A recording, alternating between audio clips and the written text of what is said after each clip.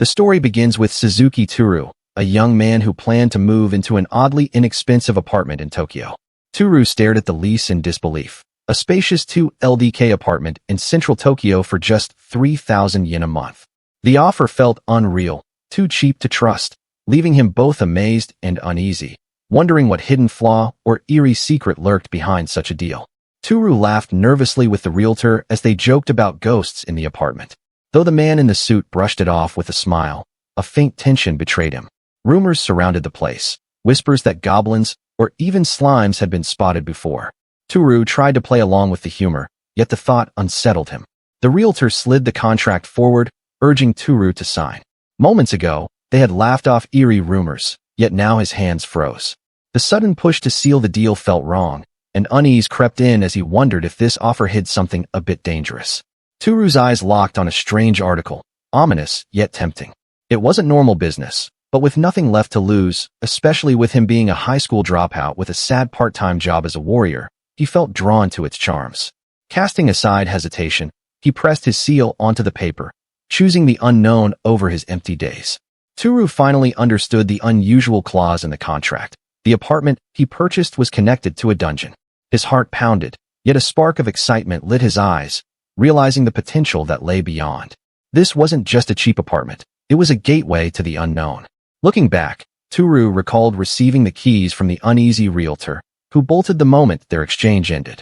Standing by the door, he stared at the keys, unease tightening in his chest. Everything felt wrong, yet he tried to stay calm, questioning what he had gotten himself into. After the movers came to deliver his stuff, Tooru began unpacking in his new apartment. Boxes filled the empty space as he quietly arranged his belongings. Though the strange contract lingered in his mind, he focused on settling in, determined to make this eerie place feel like home. As night fell, Suzuki Tooru decided to step outside through the front door only to be met by a seemingly endless, dark stone room. The cold air carried an eerie stillness, and memories of the realtor's disturbing warning about goblins and slimes resurfaced. His mind raced as unease turned into shock. No matter how he tried to rationalize it, the truth became undeniable. This wasn't just some basement or hidden passage. His apartment was connected directly to a dungeon, and the weight of that realization sent a shiver through his entire body. Tooru hesitated at the doorway, holding his phone tightly as he stared into the stone passage beyond. The contract's accidental clause echoed in his mind, but the reality before him had surpassed anything accidental. This wasn't just an extension of his apartment. This part of the house led directly into the dungeon.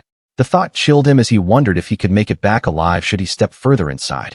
Taking a deep breath, he steeled himself, realizing that this strange, dangerous connection was now part of his new home and his destiny. Suzuki Tooru locked the door behind him and stepped away from the dungeon entrance, his thoughts spiraling. Fear and uncertainty clouded his mind as he gripped his head tightly, trying to process everything. The strange clause, the endless stone passage, and the realtor's warnings, it was all too much. Doubt gnawed at him as he wondered if he would ever be able to return to his own world once he crossed that threshold. He froze as a strange light flooded the room. It was supposed to be night, yet light from the street lamps streamed unnaturally bright through the windows. Grabbing his shoes, he rushed to the balcony, his heart pounding in confusion. The familiar city skyline stretched before him, unchanged and silent. As he looked around, everything appeared normal. The streets of Tachikawa City in Tokyo stretched before him, filled with people going about their day.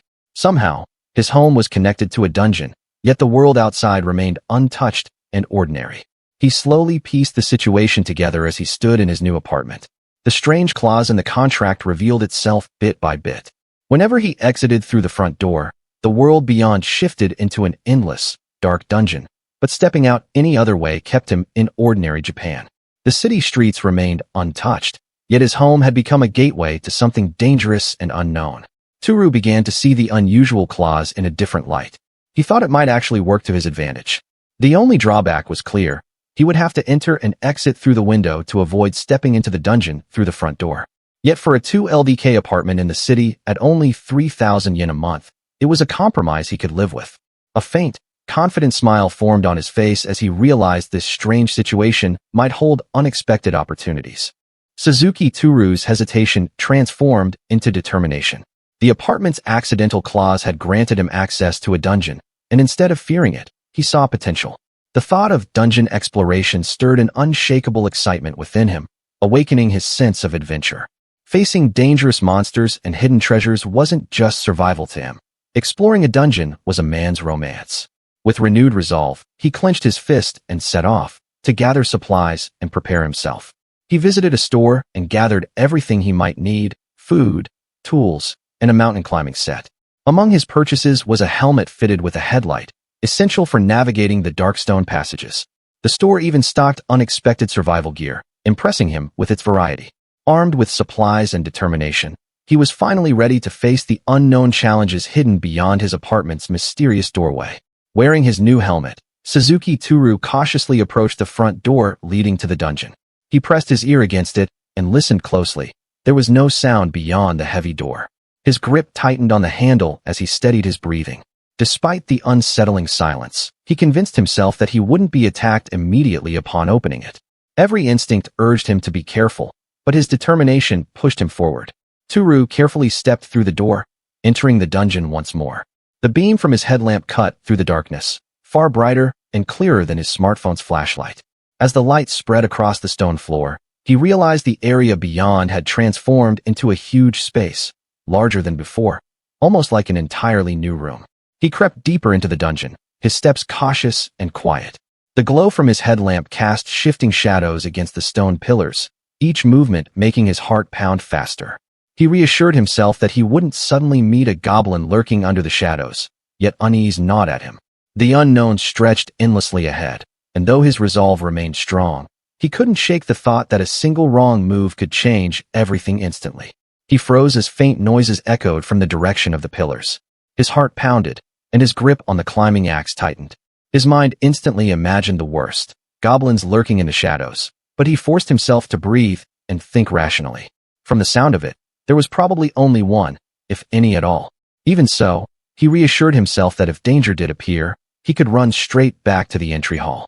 Steeling his nerves, Tooru stepped forward, realizing it was just his imagination playing tricks on him in the tense silence. Tooru steadied his breathing. With each cautious step, he moved sneakily across the stone floor, his headlamp casting sharp beams into the darkness. Every shifting shadow made his heart race, yet he forced himself to stay calm. He pressed himself against the wall, peeking cautiously from behind a pillar. His headlamp illuminated a strange sight on the ground. A massive, unmoving form sprawled across the stone floor. His breath caught, his senses sharpening. Something lay over there, and every instinct warned him to stay quiet.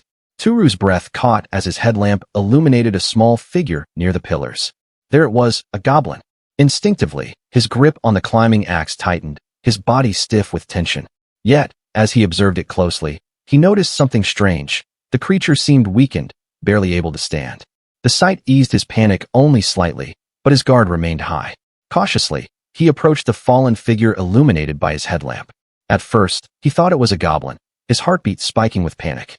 But as his eyes adjusted, the details became clearer. This wasn't a monster at all. Lying on the cold stone floor was a girl, her delicate frame trembling faintly as she clutched herself tightly. The girl's outfit resembled something from a game, armor usually seen on a female knight, but her fragile state was undeniable. She wasn't moving, her small body trembling softly as faint sobs escaped her lips. Instead of attacking, she was crying, her fear and exhaustion written across her face. The discovery left Tooru stunned. Tooru hesitated, keeping his distance as he watched the unmoving girl lying on the cold stone floor. In a dungeon, nothing could be taken at face value. There was always the possibility that this was a trap, but if she was truly unable to move, then she needed help. His grip tightened on the climbing axe as he weighed his options carefully. Determination filled his chest. Seeing the girl lying helplessly on the cold stone floor stirred something deep within him. Even so, he knew that sometimes, even a simple villager from Japan had to step up when it truly mattered. Memories of his late grandmother's words, to always be kind to others, echoed in his mind. Tightening his grip on the climbing axe, he prepared to step forward.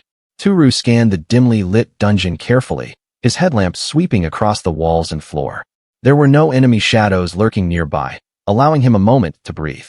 As he advanced cautiously, his eyes caught sight of a sturdy-looking metal door embedded in the stone wall further ahead. Its presence stood out sharply against the rugged surroundings, hinting at secrets hidden beyond. A troubling thought formed in his mind. The female knight lying helplessly nearby only added to his unease. She could very well be bait meant to lure him in. If he got too close, the door might swing open and a horde of goblins would come pouring out. His imagination painted vivid images of danger lurking just beyond the threshold. Tooru decided to test the situation carefully, determined to be prudent before getting any closer. Gripping a small stone, he gently flipped it toward the armored girl lying on the ground. The pebble clinked softly against her armor with a sharp clang, and in an instant, her body reacted. She stirred slightly, instinctively clutching her weapon despite appearing weak and exhausted.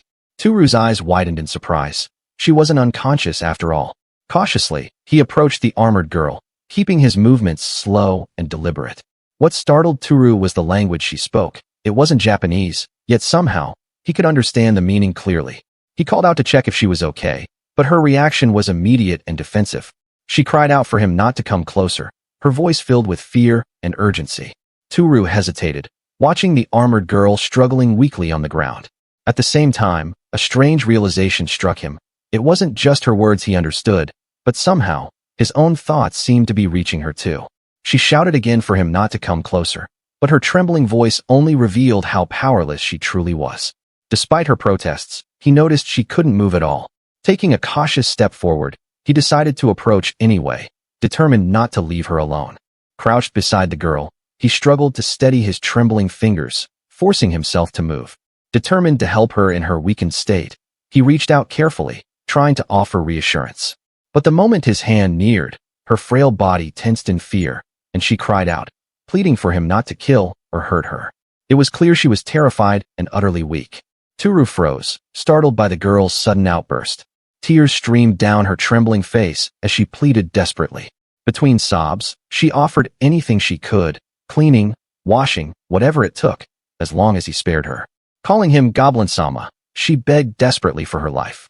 Tooru blinked in shock, realizing she had mistaken him for one of the dungeon's monsters. He finally understood why. The beam from his headlamp was so bright that she couldn't properly see his face. To her, his silhouette must have resembled a dungeon monster. Adjusting the headlamp, Tooru tried to calm himself, realizing he would need to approach carefully if he wanted to earn her trust and avoid frightening her further. Lowering his headlamp, he let its glare soften as he leaned closer. He urged the girl to look carefully, hoping she would finally realize he wasn't a goblin. Her teary eyes blinked against the light, struggling to focus on his face. But the moment their eyes met, her expression twisted in shock and terror. A sharp scream escaped her lips, echoing through the dungeon. The armored girl let out a faint sigh before losing consciousness, her body relaxing as exhaustion finally took hold. Yet, just before she collapsed, she whispered softly that she was glad, a fragile glimpse of relief after all the fear she had endured. Tooru steadied himself, reassured to see that she was still alive and breathing steadily. Tooru's eyes caught something unusual as he looked at the unconscious girl lying on the dungeon floor. Her legs glistened faintly under the dim light, coated in what appeared to be wet liquid or slime. The sight made him pause, uncertainty creeping into his thoughts. Leaving her here in such a vulnerable state would undoubtedly be dangerous.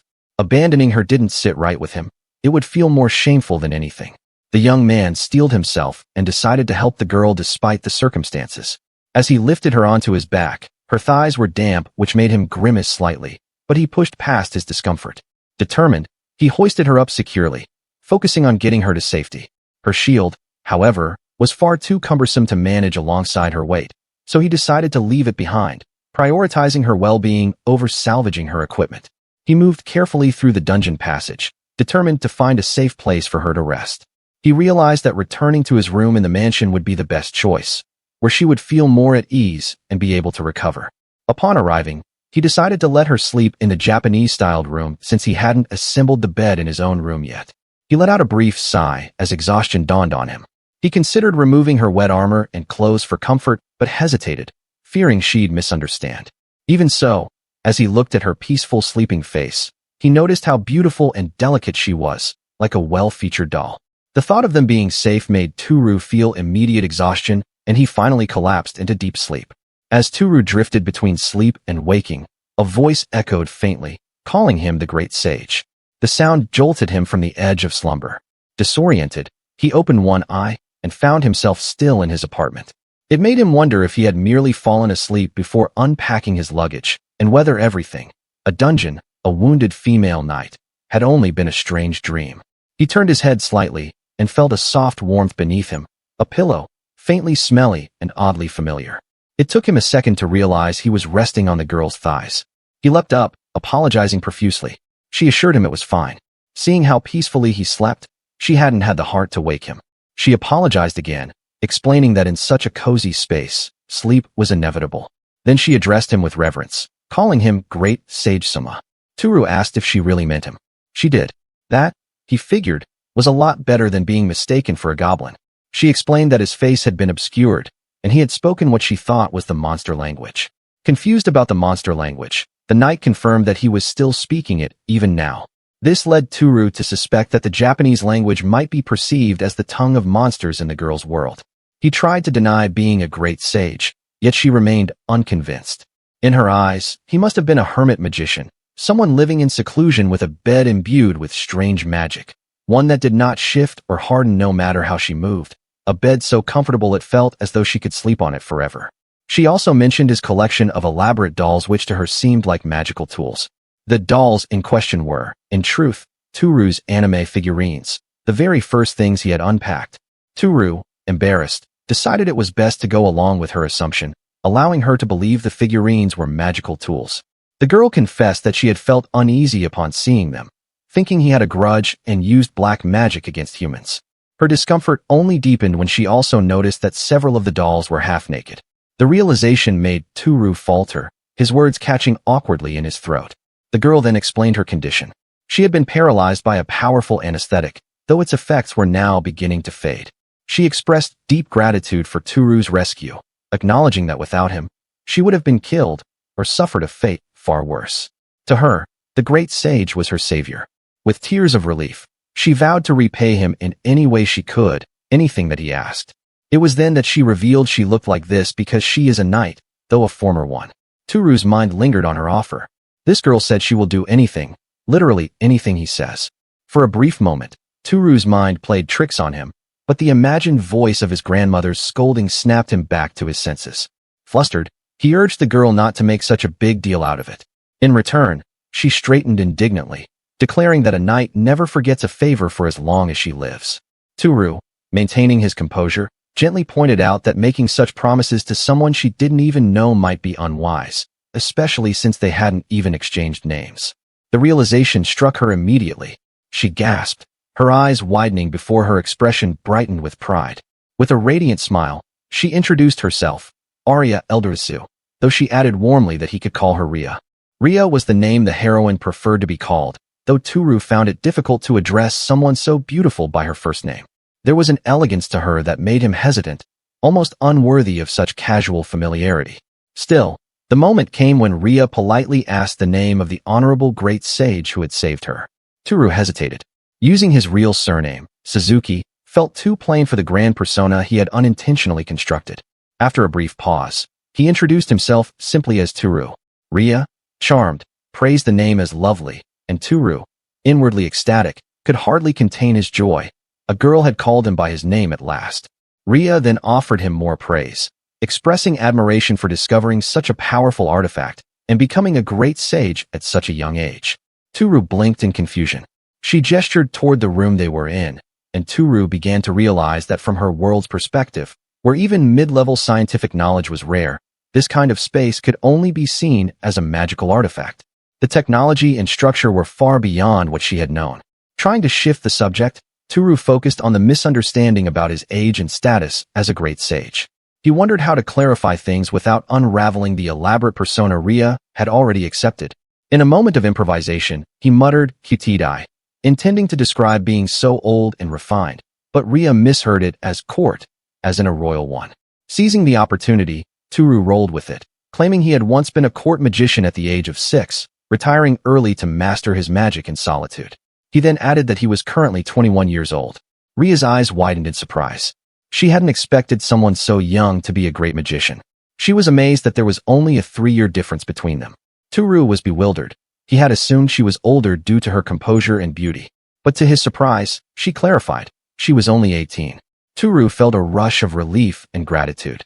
He had saved someone not only beautiful and noble in demeanor, but also younger and more vulnerable than he'd realized. Leaving her alone in that dungeon would have been unthinkable.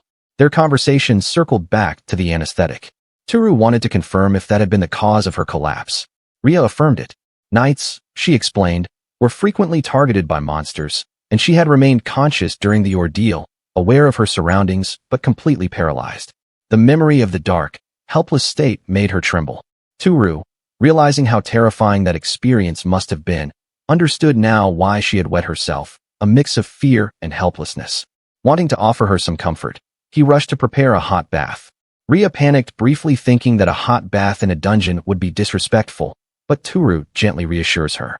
The thought amused him briefly. The first person to use his new bath would be a girl, thanks to the dungeon's strange blessing. When Tooru returned from preparing the bath, he found Ria bowing deeply, her body trembling. With tears in her eyes, she apologized for the disgraceful act of wetting herself before the great sage. She found it completely unacceptable, but Tooru saw it differently. She could barely move, much less find a bathroom. It was no fault of hers. Ria tried to leap up and hug him in gratitude, but stopped midway. She realized his clothes were also wet. Tooru calmly explained it happened while carrying her back unconscious. Ria broke into tears again, mortified that she had done such a horrible thing to the great sage. To her, it was beyond rude, a deep humiliation. No one normally pees on a great sage. Tearfully, she declared that no one would ever want to marry her after such an embarrassment. Tooru, acting on impulse, replied that if no one would, he would simply take her himself. The words hung in the air for a second too long. Ria stared in astonishment while Tooru panicked internally, regretting his outburst. Flustered, he backpedaled, insisting it was a joke. Ria, regaining her composure, teased him playfully, asking if it was a good or bad joke. For Tooru, it was a situation more terrifying than any encounter in the dungeon. Now able to walk again, Ria asked for the location of the bathroom. Tooru realized she would need his guidance for even the most basic tasks in this unfamiliar world. He led her down the hallway, explaining where to remove her shoes and guiding her through the unfamiliar customs. Noticing the tightly clasped breastplate still wrapped around her torso, he offered to help remove it. Ria admitted that her arms were still weak and despite her best efforts, she couldn't remove it herself. She then asked him to unclasp it from behind. His hands trembled as he approached. Removing a girl's armor, especially from behind, was something far more nerve-wracking than any battle. With the burden of armor removed, Ria stepped into the bathroom. Her eyes widened in astonishment when she saw the bathtub. Luxurious, she thought, and worthy of nobility. She turned to Tooru with wonder, asking how a dungeon like this could contain such splendor. Tooru corrected her gently, that it wasn't a dungeon, but a mansion. Still, the concept of a mansion was unfamiliar to her, so he dismissed it casually. Ria commented that only nobles or royalty had access to baths like this, and now she was certain Tooru must be of noble birth. Tooru chuckled and decided to ask if she knew what a shower was. Her puzzled face answered the question. With pride, he explained its function, attributing it to the powers of the great sage. He turned the faucet to demonstrate, letting warm water pour out. The temperature, he explained, could be adjusted to her preference. At first, Tooru did not get the same amazement Ria displayed when he showed her the bathtub. But when he sprinkled water on her to show its warmth, Ria stared in disbelief. She cannot believe there could be heat without fire. Tooru casually explained it was due to his mastery of both fire and water magic. Ria was amazed. She had heard of many battle-related artifacts, but never one designed for comfort. Ria seemed to like baths, and this childlike side of her amused Tooru. He then introduced her to another marvel of the modern bathroom, shampoo. It was a slippery, soapy liquid she had never seen before. Tooru demonstrated its use by pressing down the pump, releasing a creamy foam into his hand. It was meant to keep the hair and skin soft and clean. Ria took it eagerly, her senses immediately filled with its floral scent. Her excitement grew. Everything around her was a wonder. After giving her time to bathe, Tooru advised her to leave her used clothes just outside the polished glass door. Meanwhile, he rummaged through his belongings, looking for something she could wear. He settled on a t-shirt and jersey set, hoping they would be comfortable enough for her in the meantime. But once again, intrusive thoughts began to rise in his mind. He imagined Ria without undergarments, questioning whether he should inform her he didn't have any for her to use. For a fleeting moment, he indulged in the fantasy until a mental image of his grandmother's tearful, scolding face brought him back to reality. A short while later, Tooru approached the bathroom to check on Ria. He brought the clothes and hesitated before entering. The idea of stepping into the changing room stirred a sense of nervous excitement, but he forced himself to remain respectful. He feared that staying a moment longer would awaken the dark magician within him. Just as he was about to step away, a sudden scream pierced the air. His heart raced as he feared the worst. In his alarm, he immediately thought about the goblins and if they are capable of invading from the dungeon. He rushed into the room, only to find Rhea flustered and soaked, the shower head whipping violently in the air. She had turned the water to full pressure and set the temperature to the lowest possible setting. The unpredictable spray of cold water startled her, causing her to lose grip. Tooru sighed with relief. There were no goblins, just a case of unfamiliar plumbing.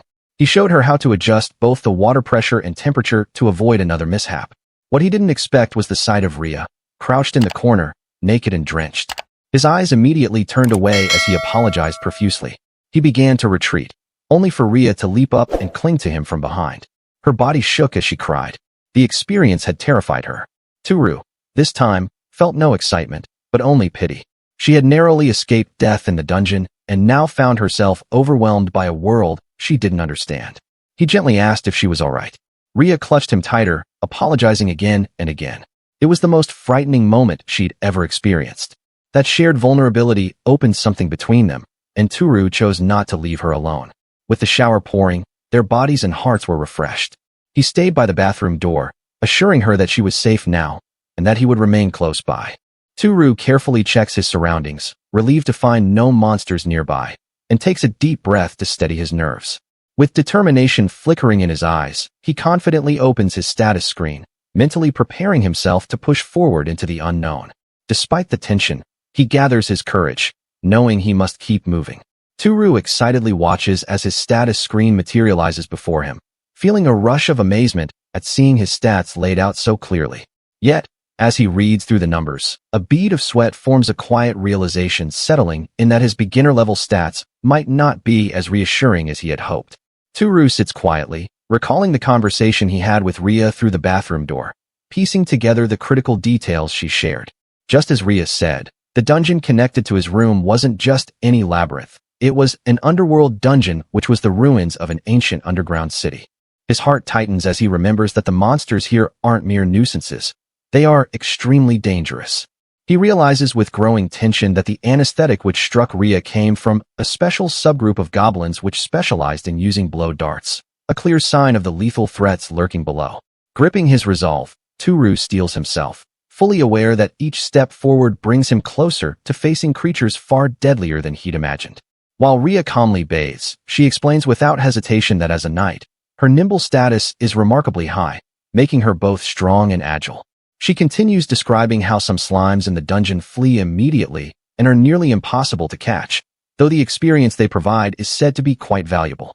Meanwhile, Tooru stands outside her door, overwhelmed by the boldness of her words and the casualness of the situation.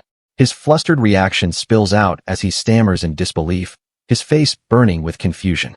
Rhea, noticing his reaction from the other room, tilts her head slightly, puzzled as if wondering whether she had said anything strange.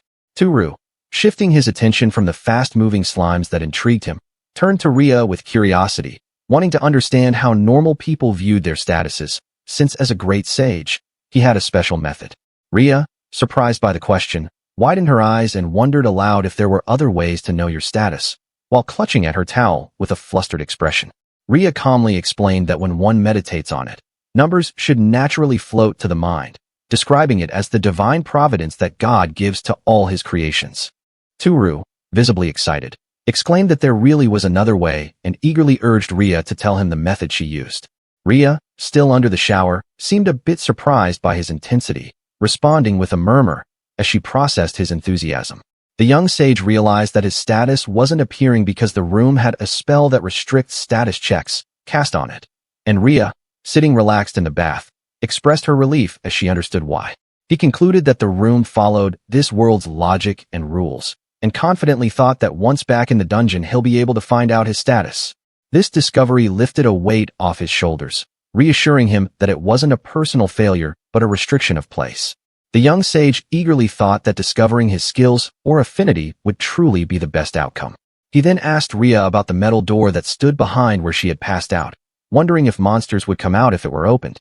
Sitting nervously in the bath, Rhea apologized softly, explaining that right before she collapsed due to the anesthesia, she had closed that door while running from the monsters.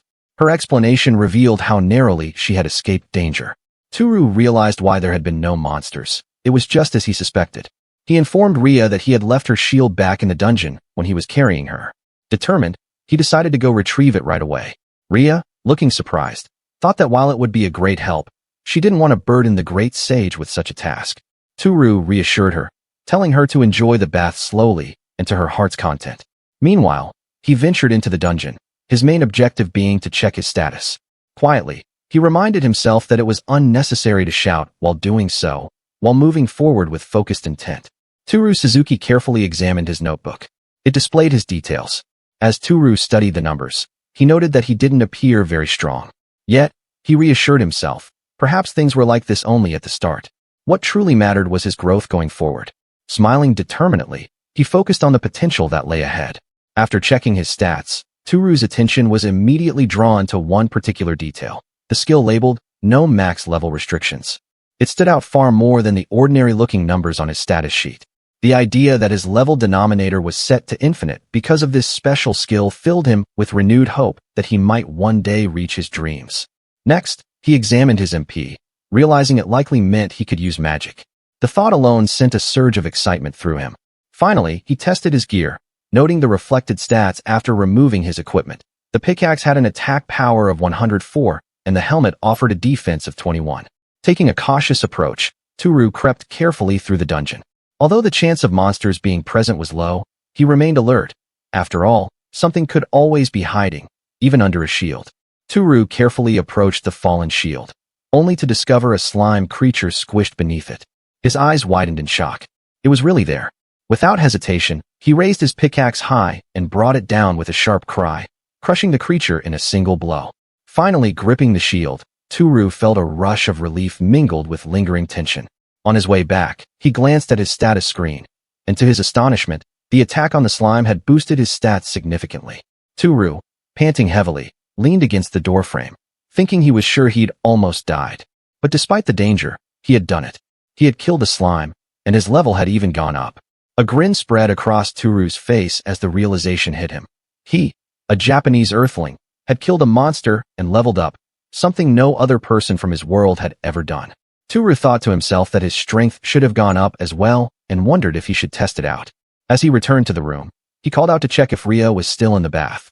From behind the door, Ria responded warmly, welcoming Tooru back and politely asking if she could use the bath a little longer. Tooru quickly reassured her, telling her she could use it as long as she liked. Seizing the opportunity, Tooru decided to make use of the time by rummaging through a box, thinking to himself that he might as well use this chance to check his strength. He looked at the grip strength machine and decided it was time to test it out. Tooru gripped the machine and measured 44 kilograms. He exclaimed in amazement. Up until now, no matter how many times he tried, it had only gone up to 40 kilograms at most. Tooru nervously questioned if this was really happening, each STR point giving him an additional 4 kilograms of grip strength. He wondered if reaching level 10 and adding 20 more street would make his grip strength even more powerful, enough to crush apples with his bare hands. Laughing darkly to himself, he felt excited at the thought. Ria stood nearby, remarking that the clothes she wore were the ones Tooru had lent her. She found them surprisingly comfortable and asked if she looked weird wearing them. Tooru blushed, realizing just how cute she looked in his clothes. Worried by his silence, Ria asked again. Flustered, Tooru waved his hands, denying it quickly and insisting that she looked perfectly fine and that the hairstyle suited her too, desperately trying to brush off his embarrassment. Ria blushed deeply, a soft smile spreading across her face as she murmured that she was really glad. Her fingers brushed through her hair as she explained that it had come undone when she fell in the dungeon, though she usually kept it tied to keep it out of the way. Thanks to the soap Tooru had given her, her hair now felt soft and silky, carrying a faint, pleasant fragrance.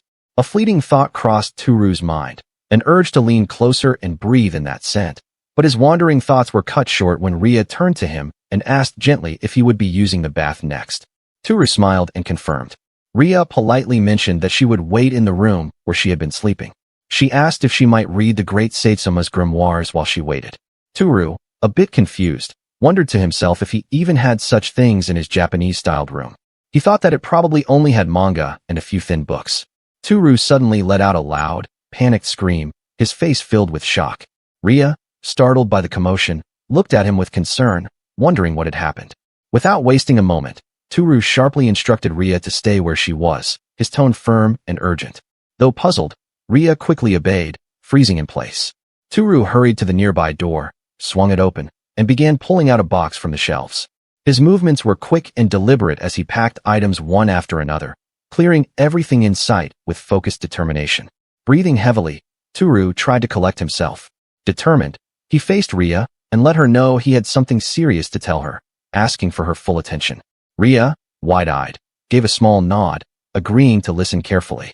Tooru and Ria sat across from each other at the table, the atmosphere tense and serious. Tooru tightly clasped his hands, his expression grave as he leaned forward. What he was about to explain clearly weighed heavily on his mind. He revealed to Ria that within those books on the shelf, there existed knowledge that carried immense danger, something that could bring serious harm if read by someone unprepared or inexperienced. Across from her, Tooru leaned forward with a tense, worried expression, his hands clasped tightly. He explained that the books were not just dangerous.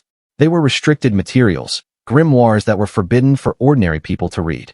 Ria's eyes widened in shock, her face pale and a bead of sweat sliding down her cheek as realization dawned on her. She struggled to process the revelation. A heavy sense of seriousness filled the air as the weight of this truth settled between them. Ria sat nervously, guilt washing over her as she realized the gravity of what she had done. She trembled slightly, thinking to herself what a terrible thing it had been. Tooru, sitting across from her, offered a gentle reassurance, acknowledging that Ria hadn't known about the grimoire's true nature. Tooru, however, firmly cautioned her she should never touch those books again, especially if she were to be transported somewhere beyond his sight. Ria quickly nodded in agreement, her voice rising in a surprised but earnest yes. Inside, Tooru felt relieved, grateful for Ria's honesty.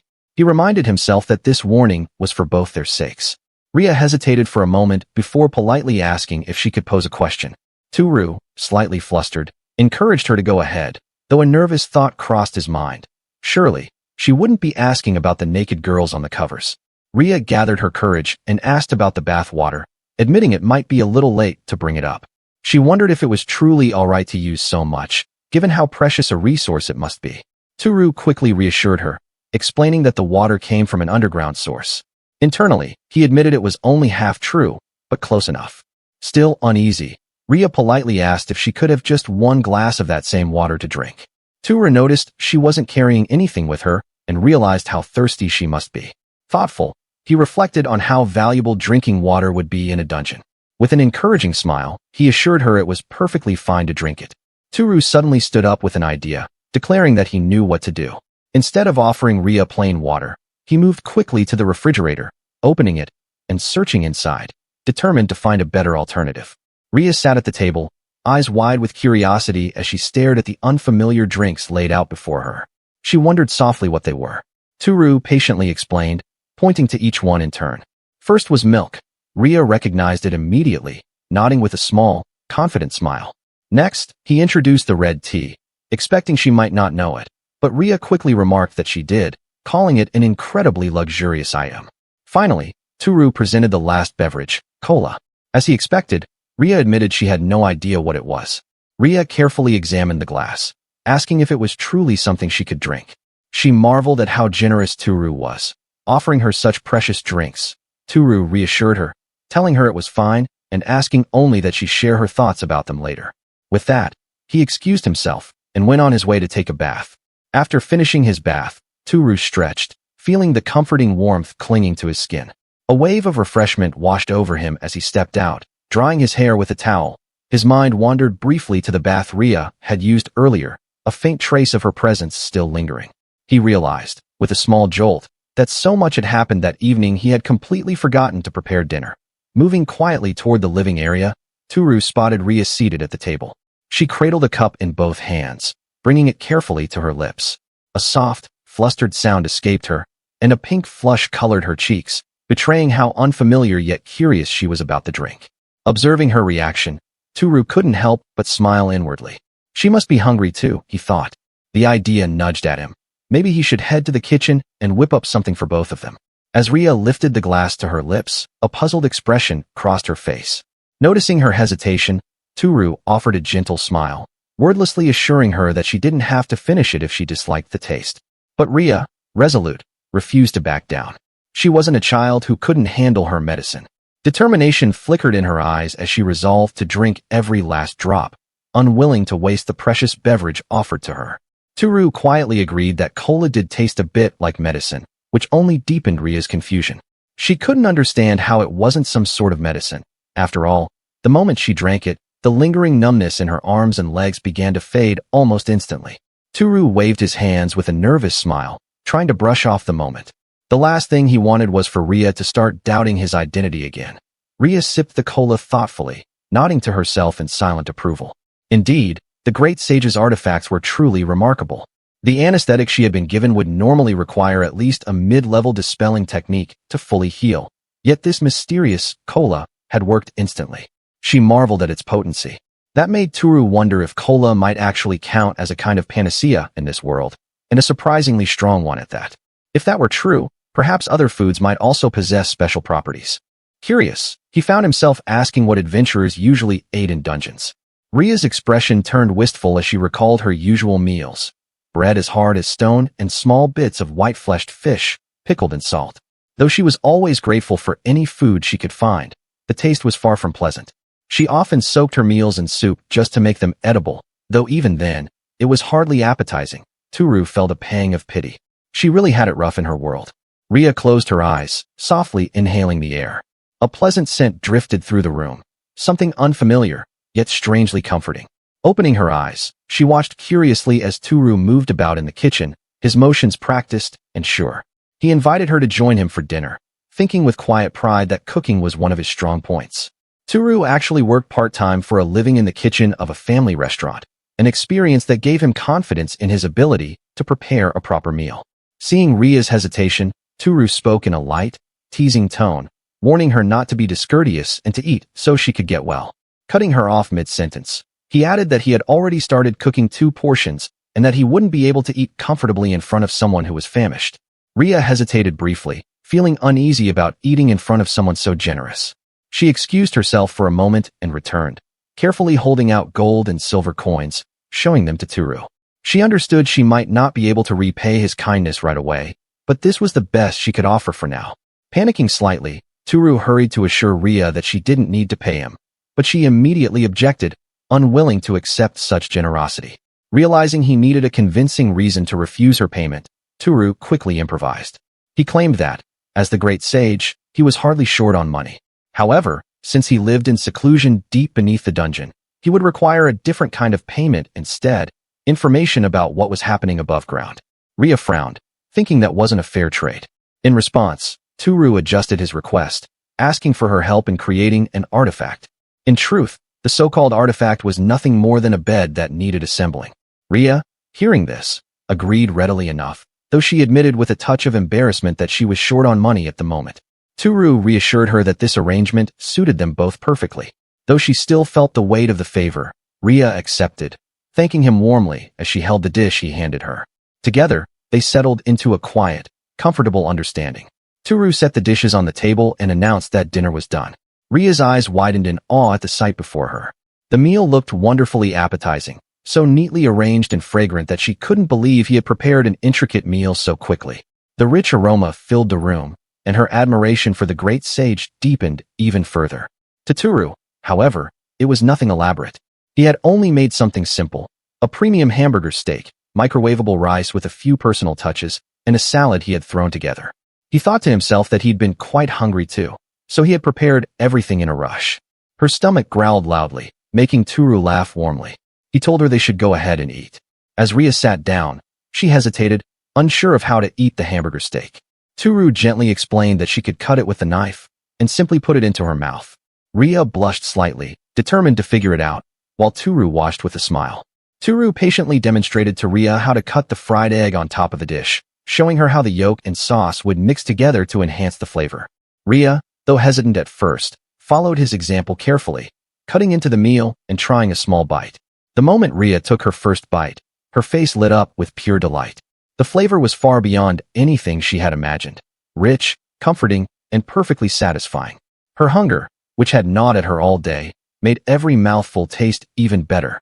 With an almost childlike joy, she admitted it was the first time she had ever eaten something so delicious.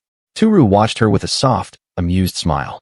He brushed off her enthusiastic reaction, thinking it was probably just because she was starving, but even so, he couldn't help feeling pleased that she genuinely enjoyed his cooking. Meanwhile, Ria was completely swept up in the experience. Her cheeks flushed as she confessed that every word she'd said was true. Even back when she lived in the mansion, she had never tasted anything like this, and that simple admission warmed Tooru's heart. His spirits lifted. He was reminded that sharing a meal with someone made the food taste better, far more enjoyable than eating alone. Ria's words, her smile, and her joy made him feel something he hadn't in a long time. That is, being genuinely appreciated. As they finished their meal, Tooru gently asked Ria if she could now tell him about the events happening above ground, wanting to understand what had been going on outside during his time secluded. Ria nodded, ready to share what she knew as they settled in for conversation. He brought out a tray of after-meal desserts, small tea cakes to complete the dinner. Ria's curiosity sparked when she saw them. Her eyes lit up with interest. Once everything was set, Ria happily declared how delicious the food was, adding that her body felt lighter, as though her burdens had lifted. She wondered aloud if the meal might be another kind of artifact with special effects, just like the cola she had drunk earlier. Though the boost felt temporary, she noted that it was as if her HP and MP had increased. Tooru was taken aback. It really did feel like living inside a game. The idea that food could grant status boosts fascinated him. Ria, noticing his sudden excitement, added softly that while she wasn't sure if the effects would appear on her status panel, it did seem like his cooking functioned as a kind of artifact. Tooru let out a nervous laugh and made a mental note to confirm it in the dungeon later. Curiosity bubbling within him, he felt eager to experiment further and buy some things before going to bed. Turning to Ria, he suggested that they go out for a bit. Ria sat quietly, surprised and uncertain about what he wanted them to do. Tooru quickly realized she was confused. After all, she still believed they were inside the dungeon. What puzzled him was how Ria, after spending so much time in his Japanese-style room, hadn't noticed anything beyond the windows. Wanting to confirm his suspicion, Tooru called her over, gently taking her hand and leading her toward the corner of the room. Ria followed, still perplexed, as he gestured toward the wall and asked what she thought of it. Studying the window before her, Ria admired the craftsmanship. To her, the effort it must have taken to install glass inside a dungeon was trendy. She concluded that the great sage must have wanted to see the dungeon wall. Tooru, however, frowned. That wasn't right. Outside should have been a view of bustling Japan. His mind raced as he tried to piece it together and wondered why she could only see a wall. He leaned closer to the window to examine it, and as he did, his body seemed to pass through it effortlessly. Ria gasped in astonishment, stepping back as wonder filled her face. To her, it had to be some sort of powerful enchantment that allowed passage through solid walls. For Tooru, though, the strangeness of it all sank in. Whatever was happening, it was beyond logic. Some mysterious connection between his apartment and the dungeon world had taken shape, and it intrigued him to no end. Tooru returned, stepping through the window that connected to Tachikawa City. He called out softly, announcing his return after going shopping alone, as he hadn't been able to figure out a way to bring Ria outside with him. Dropping the grocery bag onto the table, Tooru wondered aloud if Ria might be in the washroom. As he walked further inside, he looked around curiously, noticing Ria by the laundry room, and questioned in his mind what she was doing there. Tooru entered and found Ria sitting on the floor, carefully doing the laundry by hand. She looked up at him with a calm smile, explaining that she was simply taking care of the laundry. Tooru observed quietly, noting to himself how, even in this situation, Ria hand-washed her undergarments, something that felt natural for someone from a medieval world. He mulled over that thought, realizing it made sense given her background. Ria, sensing his gaze, glanced up and softly asked if he had said something, snapping Tooru out of his internal monologue. Tooru, noticing Ria at the laundry, gently asked what she was using to wash the clothes. Ria, slightly nervous, admitted she had been using body soap, wondering if that was wrong. Tooru reassured her, explaining that he actually had a special artifact meant for laundry purposes, the washing machine, and that it was fine. Ria apologized quietly, but Tooru told her not to worry. She then uncomfortably asked if he had anything to dry the clothes with, and he quickly offered to bring it to her. Tooru returned shortly after, holding out a drying rack and offering it to her, but he froze midway. Something had bothered him. Ria, holding up the wet laundry with a slightly puzzled look, seemed unaware of his hesitation. That was when he noticed it. The boxers she was holding were his. A flush of embarrassment spread across his face as Ria smiled brightly, completely at ease. She had apparently found a few items in the laundry basket that seemed to belong to him and had included them in the wash. To her, they were simply part of the laundry. Though flustered, Tooru couldn't bring himself to be upset. Despite the awkwardness, Ria had taken the time to hand wash even his clothes with care, thanking him as though he had done her a favor. Her simple sincerity left him momentarily speechless, caught between mortification and quiet gratitude. As the laundry was set to dry, Ria suddenly asked Tooru if he had rags and olive oil. Confused but curious, Tooru responded that he did and asked what she planned to use them for. Calmly, Ria explained it was for armor maintenance, as though it were the most natural thing in the world. Tooru approached and handed over the bottle, asking if it was all right, and Ria thanked him politely. Then, she quietly sat on the floor, carefully polishing her armor with the rags and olive oil Tooru had provided. As he watched her, Tooru thought to himself that he had originally wanted her help setting up the bed, but seeing how focused she was, he didn't want to disturb her. Resigned, Tooru decided he would handle the bed setup alone. Even though the instructions recommended assembling it with 2 or more people, he figured it would work out somehow. With determination, he moved toward the pieces, ready to tackle the task by himself. Tooru struggled alone with the bed pieces, soon realizing the task was far more difficult than he had anticipated. Sweat beaded on his forehead as he wrestled with the heavy parts, frustration mounting. Just then, Ria noticed his efforts and approached, curious about what he was doing. Seeing his struggle, she joined in to help, and together, they managed to assemble the bed. Once the bed was complete, Ria eagerly sat down, testing the mattress by bouncing lightly on it. She was delighted by the firmness and impressed by how much more comfortable it felt compared to the feather bedding she was used to. Satisfied with their accomplishment, Tooru decided it was time to call it a day and rest. Tooru and Ria debated where each of them would sleep. Though Tooru offered to sleep on the tatami mat, wanting Ria to take the bed, Ria's insistence and stubbornness overwhelmed him. In the end, Tooru found himself reluctantly agreeing to sleep on the bed while Ria settled comfortably on the tatami. Before turning off the lights, Ria calmly prepared to sleep, referring to the light switch as the brightness artifact. Just as she was about to settle in, she seemed to hesitate, as though wanting to ask something, but chose instead to hold back. With quiet composure, she wished Tooru good night. Tooru lay in bed, rolling over restlessly. Sleep wouldn't come, and he wondered if it was because he had given his pillow to Ria. Even with the lights off, he noticed a faint movement near the door. Ria quietly approached, clutching the pillow to her chest. Seeing her, Tooru froze, uncertain of her intentions. Sensing his unease, Ria softly extended the pillow toward him, as if realizing he might need it back.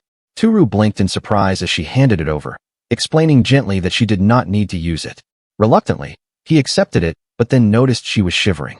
Flustered, he hurried to reassure her, explaining that the mattress artifact was in fact designed to help people sleep comfortably. Feeling pity for her, he offered that they sleep in it together. Ria hesitated for a moment, then gave a small nod. The thought of sharing the same bed left Tooru completely unsettled, yet he had no other choice. Under the blanket, Ria gently snuggled closer, and a quiet tension filled the space between them. For a moment, neither moved. Then Tooru noticed her hands trembling. Reaching out, he took her hand in his. Ria stiffened, her heart racing as his fingers brushed against hers. Slowly, she intertwined her fingers, the warmth of her touch sending a soft current through him. Without a word, she gave his hand a gentle squeeze, a silent gesture that spoke more than words ever could. Ria lay beside Tooru, her hand gently clasping his. She softly whispered that it was warm and not scary, a fragile comfort she hadn't expected to find. Tooru smiled faintly, quietly expressing that he was glad. A look of gratitude brightened Ria's face as she whispered her thanks, her cheeks faintly flushed. And just like that, the night transformed into something unexpectedly gentle and wonderful for them both. Morning light gently streamed through the window as Tooru stirred in bed, still half lost in sleep. Beside him, Ria lay close, her soft presence calm and peaceful. As Tooru opened his eyes, Ria greeted him with a serene and affectionate gaze, making the room feel warm and tender. For a moment, Tooru's mind floated in a dreamy haze, unsure if he had truly awakened or was still lost in a dream. But then, a sudden realization hit him with full force. He had spent the entire night sleeping beside Ria, sharing the same bed. A wave of panic surged through Tooru, his heart pounding from the sudden intimacy, an unfamiliar closeness that left him completely unprepared. Startled, he jolted upright with a gasp, his face flushed with embarrassment and disbelief. Ria's expression shifted instantly to concern as she asked if he was all right. Flustered, Tooru quickly apologized and hastily came up with an excuse. He explained that, as a great sage, lingering trauma from the world's prejudice and wars sometimes caused him to react that way. Though his voice trembled slightly, he insisted he was fine now. Tooru reflected on everything that had happened the day before. His mind replayed the surreal chain of events, how he had discovered that his front door was now connected to a mysterious dungeon. He vividly recalled encountering a slime, managing to defeat it, and even leveling up, a realization that filled him with both excitement and disbelief. So many unexpected things had happened that his world now felt completely turned upside down. And now, on top of it all, a Bishijo knight from another world was staying in his home. He still had no idea what to do about the situation, but for the moment, he decided to simply let things be. With a gentle smile, he suggested they share breakfast, and Ria accepted with quiet grace. After waking up, Tooru and Ria began unpacking and having breakfast together, with Tooru quietly feeling bad about making Ria help him out. Ria, however, firmly stated that since she was now under Tooru's care, helping was only natural, something she accepted without hesitation. While they were unpacking, Tooru's curiosity got the better of him. He asked about the dragonkin, wondering if they still lived near the volcanoes. There were so many things he wanted to know, about the demi-humans that often appeared in fantasy worlds, like elves and dwarves. Ria responded thoughtfully, explaining that dragonkin rarely appeared among humans, so she couldn't say for certain.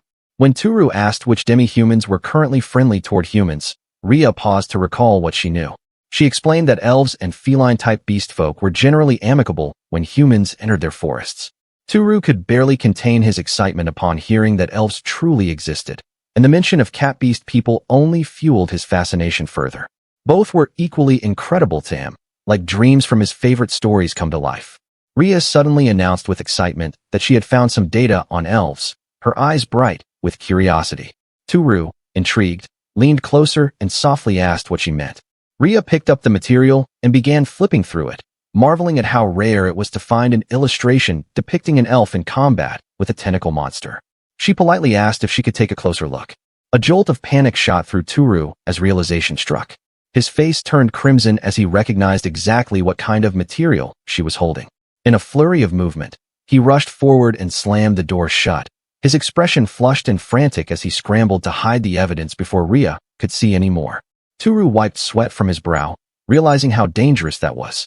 Exasperated, he explained it was one of those forbidden grimoires. He nervously muttered to himself about how there were probably other treasures scattered and mixed into all those cardboard boxes. He turned to Ria and suggested they take a break. Ria cheerfully agreed, ready to relax. As they sat at the table, Tooru noticed how much Ria seemed to enjoy the cola. She confirmed, explaining that once someone got used to the fizz and sweetness, it became quite addictive. Smiling, Tooru assured her that she could have seconds if she liked. He then shifted the conversation, noting how there seemed to be a wide variety of monsters within the dungeon. Curious, he asked Ria whether any particularly dangerous types of slimes had been appearing recently. Ria thoughtfully considered the question, sipping her drink as she explained. She listed the more dangerous types of slimes, the purple poison slimes that carried potent toxins and the dirty yellow acid slimes that spat corrosive substances. These, she said, were the most hazardous kinds she knew of. She then remarked that someone like the great sage would surely know more about them. Tooru, however, admitted sheepishly that he hadn't fought any monsters recently due to his long period of seclusion. Ria accepted his explanation without question, nodding in quiet understanding. After finishing their discussion about monsters, the two returned to sorting things together. Suddenly, Ria let out an excited yelp. Tooru froze, his eyes widening in alarm, immediately fearing she might have stumbled upon more of his hidden data. Excitedly, Ria held up the outfits she had found, her face glowing as she called them really cute clothes. She proudly displayed cosplay bloomers and swimsuits, completely unaware of Tooru's growing embarrassment. Tilting her head in innocent curiosity, she wondered aloud if these items might also be dangerous. Tooru, flustered and red-faced, insisted to himself that wasn't the case at all. The truth was far less noble. He had seen those outfits at Don Quixote the day before and bought them, believing they might possess special effects when used inside the dungeon, just like the food. He had also reasoned that they could serve as replacements for Ria's worn-out clothes, and even her underwear. And absolutely not, he reminded himself, not because he wanted to see her in revealing outfits. Ria curiously examined the unfamiliar clothes, turning them over in her hands as she wondered if they were artifacts she had never encountered before. She asked if they were meant for female use. Tooru, beads of sweat trickling down his temple in embarrassment, hastily explained that he occasionally received requests for women's clothing and that, if she wanted, she could have them as a present. Bright-eyed and excited, Ria eagerly asked if that was truly all right and whether she could try them on immediately, expressing her gratitude with unrestrained enthusiasm. Without hesitation, she headed off to the changing room, clutching the outfits tightly in her arms. Tooru stood frozen, his mind struggling to process what had just happened. Realization struck. Ria was about to change into bloomers right there, in his own apartment. He remained rooted to the spot, stunned and overwhelmed by the sheer absurdity of the situation unfolding before him. As Ria stepped out of the changing room wearing the bloomers, her cheeks were faintly flushed with innocent curiosity. She looked toward Tooru, silently seeking his opinion, wondering if the outfit suited her. Tooru stood speechless, his gaze faltering as words failed him.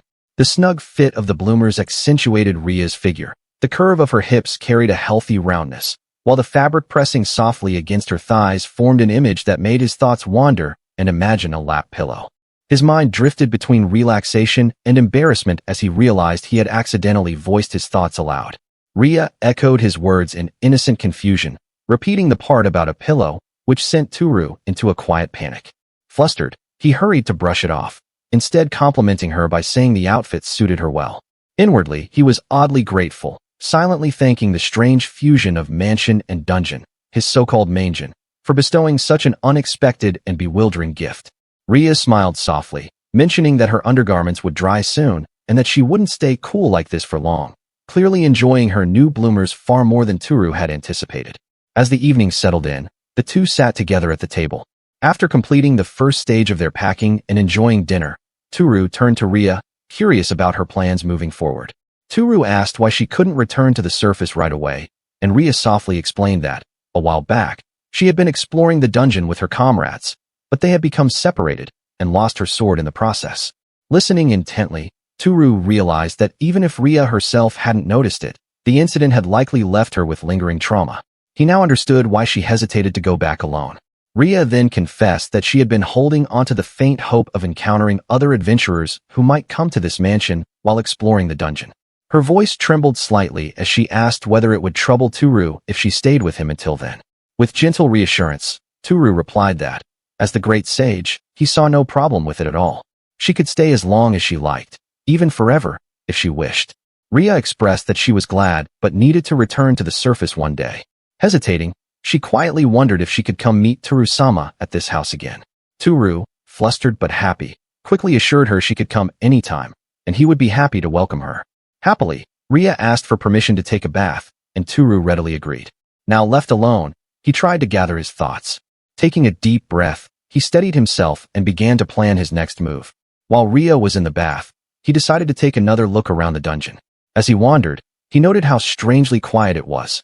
No signs of monsters anywhere. Even the thought of encountering goblins no longer worried him. The silence, though eerie, brought a sense of calm he hadn't felt before. According to what Ria had explained, monsters generally didn't appear suddenly in rooms that seemed empty. Yet it baffled Tooru that a slime had shown up in the very room he had checked and confirmed to be clear. He pondered this while recalling what he knew about slimes, that they started no bigger than an eraser and gradually grew large enough to attack humans. The smaller ones usually fled on sight, so the slime that had appeared must have been hiding beneath the shield, growing unnoticed until it reached that size. He decided to fulfill what he originally had in mind, to test out the special effects that food from his world might have, having brought various types just for this. With determination, Tooru dug into his supplies, ready to begin his next experiment.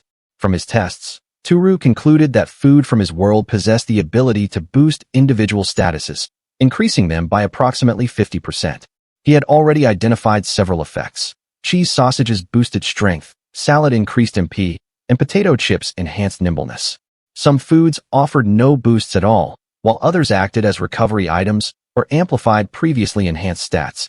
Reviewing his current status panel, Tooru noted with fascination that there seemed to be no maximum level restriction for his skill. To test the practical effects of these boosts, he picked up a grip strength measurement device. As he squeezed the handle, his eyes widened in astonishment. His theory was correct. The boosted stats were directly influencing his physical abilities, exactly as he had calculated. Fueled by determination, Tooru felt a renewed desire to grow even stronger. He moved cautiously through the quiet corridor, wondering if any more slimes might still be lurking nearby, though he suspected the area was now clear. Tooru spotted a slime in the dungeon, a small one. He knew that defeating it would yield very little experience due to its size. However, he reasoned that because of its small stature, it might not be a threat. He decided to take care of it until it grew bigger, planning to defeat it once it would offer a worthwhile reward. There was also a possibility it might multiply, which intrigued him. He had been considering whether he could breed monsters and use them to level up more efficiently. Back in his kitchen, Tooru placed the slime inside a clear container, added some water and vegetable scraps, and poked a few small holes for air. His setup was complete. Like a careful researcher, he leaned in to observe the slime closely. Its pale white color indicated that it wasn't dangerous, unlike the purple or dirty yellow variants, which were known to be hazardous. Concluding that this type was harmless by nature, he figured it would be safe enough to keep the creature contained in a box for now. Tooru looked at the slime inside its container and noticed how cute it was starting to appear. He wondered if he could manage to keep other creatures besides this slime. He considered the situation carefully. Given Ria's recent experience of being attacked in the dungeon, she was likely still fearful of monsters. The thought of her discovering the slime in his possession made him uneasy. Then panic struck. Ria was probably done with her bath by now. He had to hide the slime quickly. Frantically scanning the room, an idea suddenly sparked in his mind. If he concealed the slime inside a box of arrow books, his so-called forbidden grimoires, Ria would never think to check it out of embarrassment. It was, he thought, the perfect hiding place. Not only would she avoid it entirely, but he'd also have extra motivation to keep a close eye on it himself. With determination, Tooru placed the slime's container into a box, telling it with a grin to stay there for a while reading forbidden grimoires. Confident in his plan, he sealed up the hiding spot.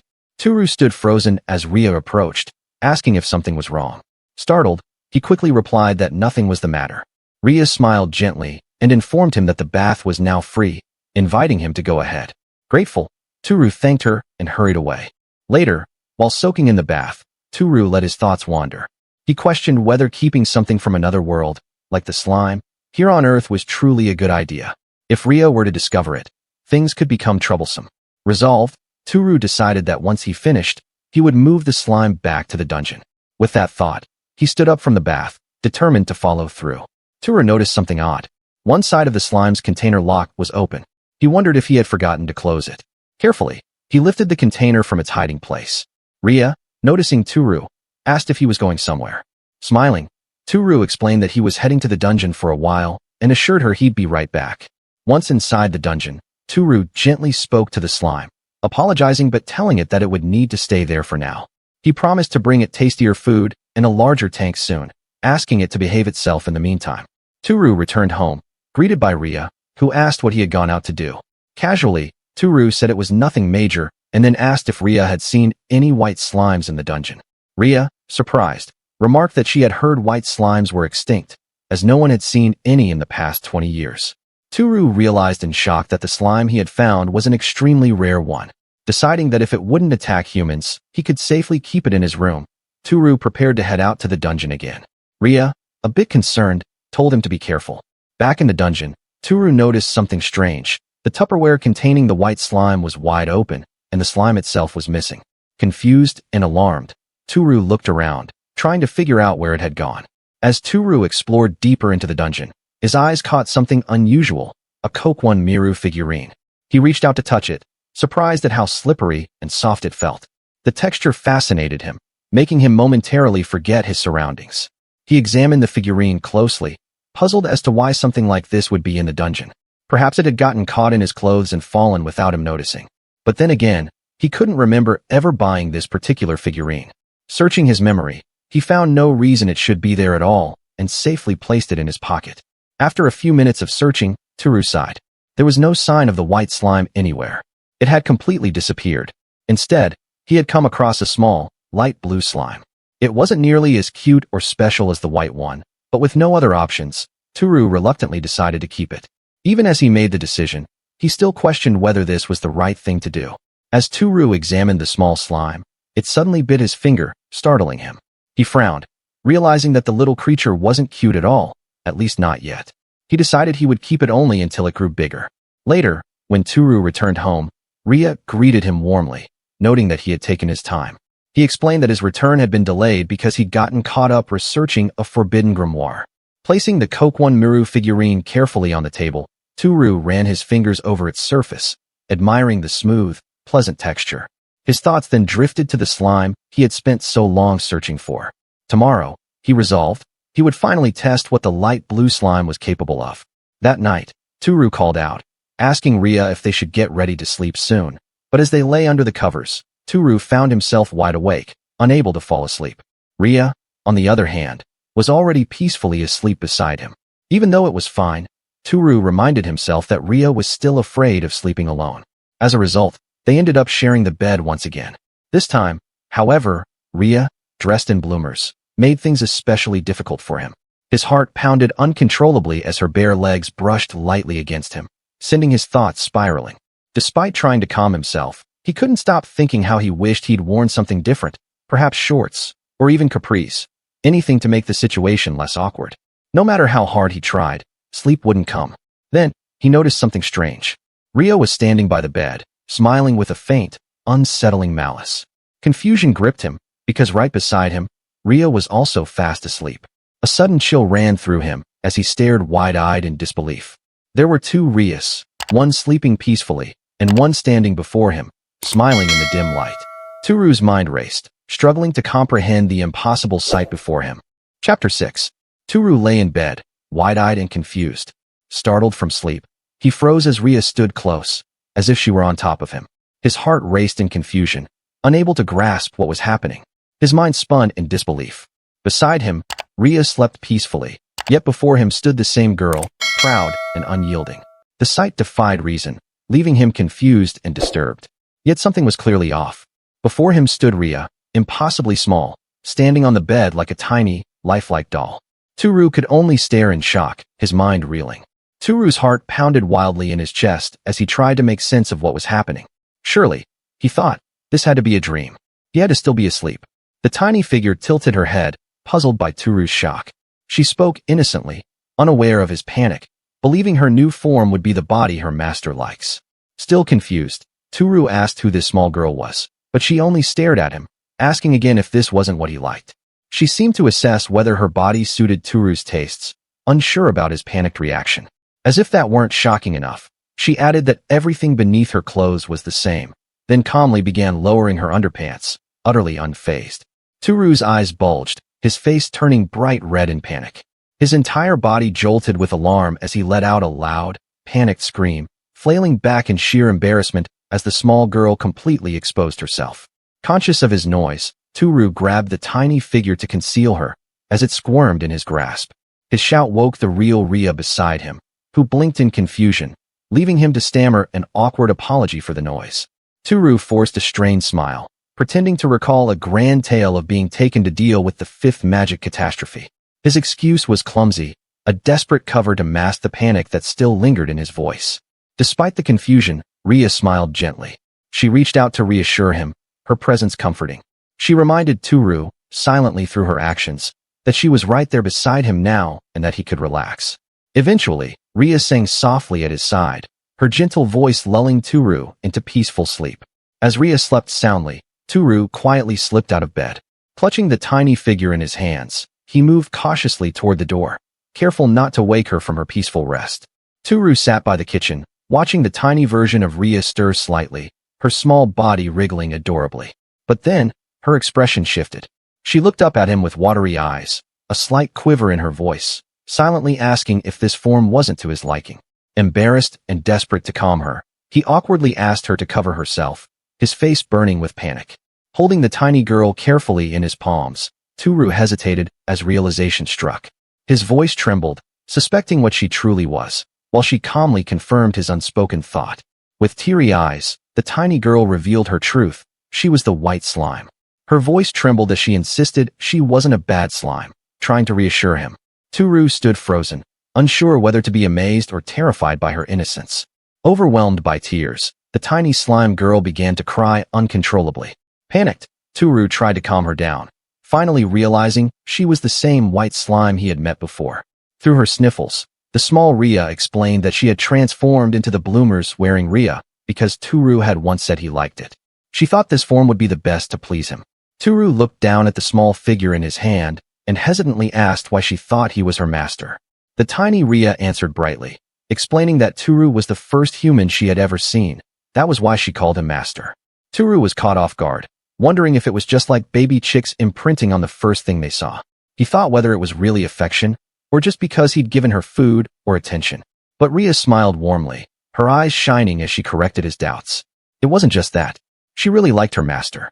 The slime explained that thinking about him made her feel warm inside, ready to do anything for him. Tooru's heart skipped as he saw her earnest face and her resemblance to Ria. Despite himself, he found her irresistibly cute, before reminding himself she was still a slime.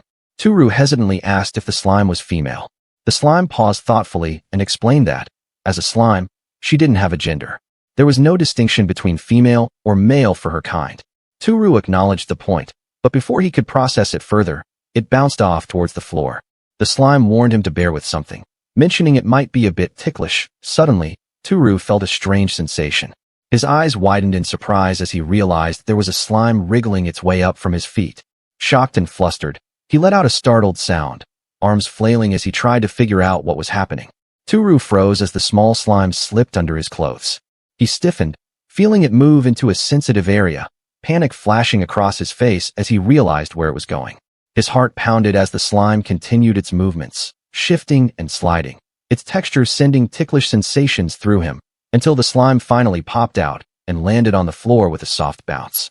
Breathless and flushed, Tooru stumbled backward, the moment clearly overwhelming him. The slime paused, apologizing softly as it explained that all it did was a quick scan, leaving Tooru baffled as to what that even meant. The slime slowly retracted, reshaping itself before his eyes.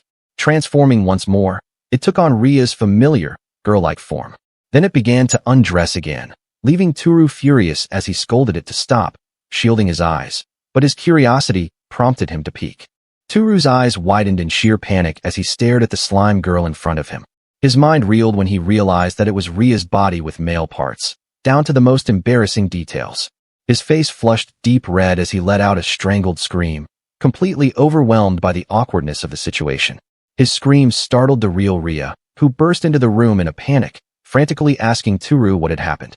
Tooru scrambled for an excuse. Flustered, he claimed he'd been dreaming about stopping a super magic reactor and hadn't realized he was sleepwalking, all while hoping Ria wouldn't notice his unease. Seeing him trembling, Ria smiled gently and held his hands, assuring him it was all right. Believing he was frightened by a dream, she offered to stay beside him through the night to ease his fear. Although flustered, Tooru couldn't argue, and soon they both lay under the same blanket. As usual, Ria drifted off to sleep first, her peaceful face glowing under the dim light. A few minutes later, as the room quieted, Tooru tiptoed out again, cautious not to wake Ria. He then spoke to the slime, who revealed that as a slime, she could take on both male and female traits, a revelation that left Tooru pleading for her to stick to just one gender. The slime girl agreed and sat confidently before Tooru, smiling brightly as she promised to follow all her master's orders. She added that by eating human food, she could grow to human size and help fulfill even more of her master's wishes, even the darker ones. Tooru, flustered, tried to deflect, unsure how to handle her enthusiasm. He questioned why she was so devoted, but the slime girl only beamed in response, emphasizing that helping her master was her purpose.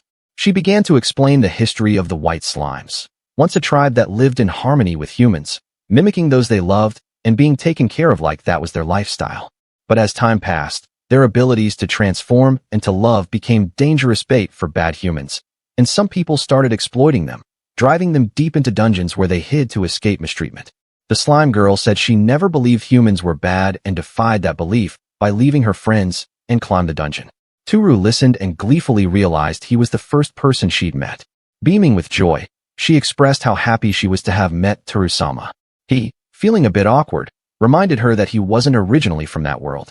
Tooru suddenly had an idea. Perhaps he could make use of the slime's ability to change form when it grows. Deciding on the spot, he resolved to give it plenty of food so it could help him in many ways. He then asked the slime what food it liked. The slime girl cheerfully replied that all human food tasted delicious, while the adults said every dish was nutritious. Tooru reflected on how the slimes learned and shared knowledge among themselves, then decided to prepare it a proper meal. The slime girl bit eagerly into the food, her face lighting up with pleasure as she savored the taste. She thought to herself how incredibly delicious it was, far better than anything she was used to. Tooru, watching her with curiosity, wondered aloud what she usually ate. The slime girl cheerfully explained that she typically fed on dungeon moss and the corpses of monsters, although, she admitted thoughtfully, there usually wasn't much left on the monster corpses by the time she reached them. Hearing this, Tooru smiled softly, realizing why the simple meal he provided felt so extraordinary to her. The slime girl nodded excitedly, her eyes sparkling with delight as she continued to enjoy her food.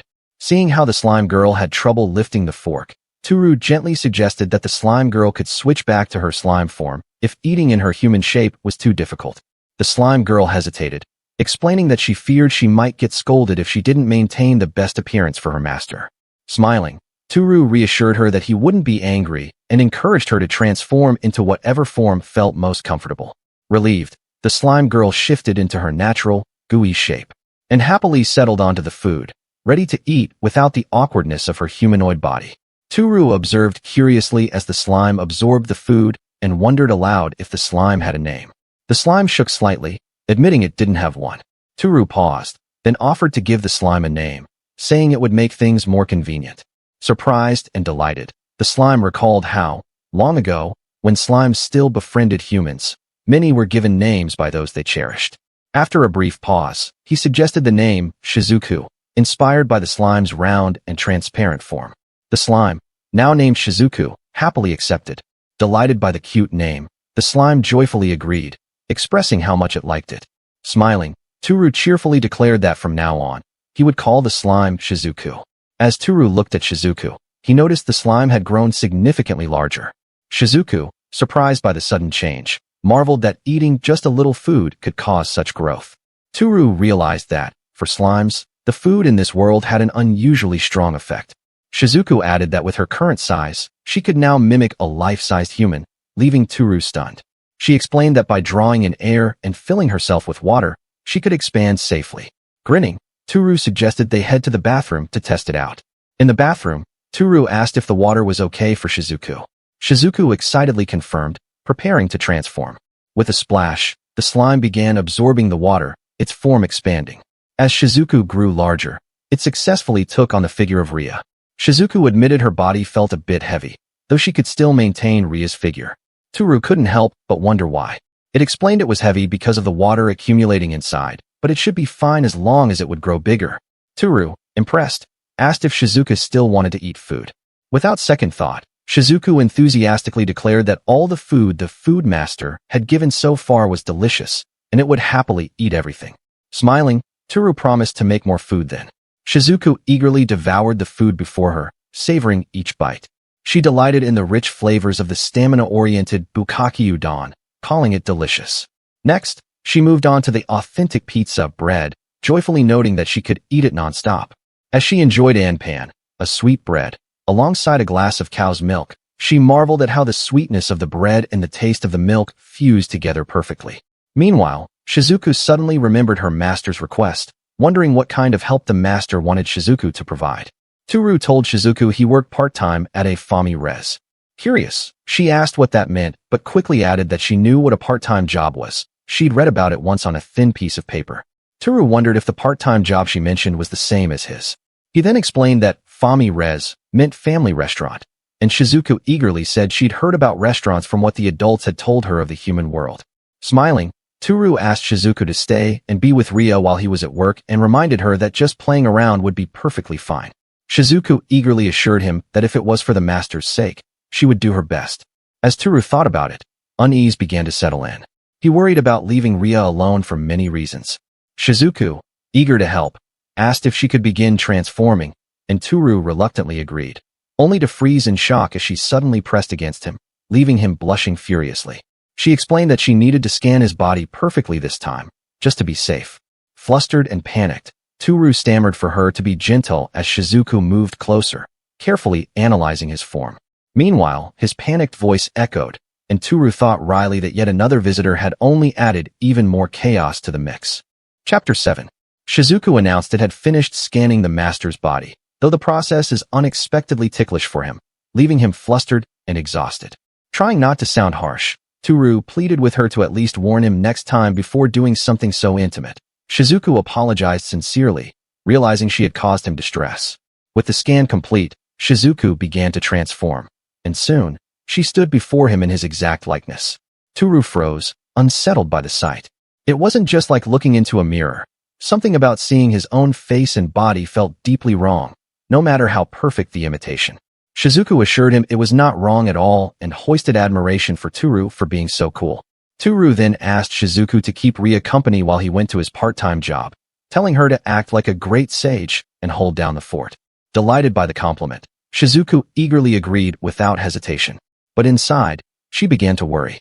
Her little heart felt uneasy knowing her master worked while she and Ria stayed home doing nothing. She wondered if she should be the one working instead.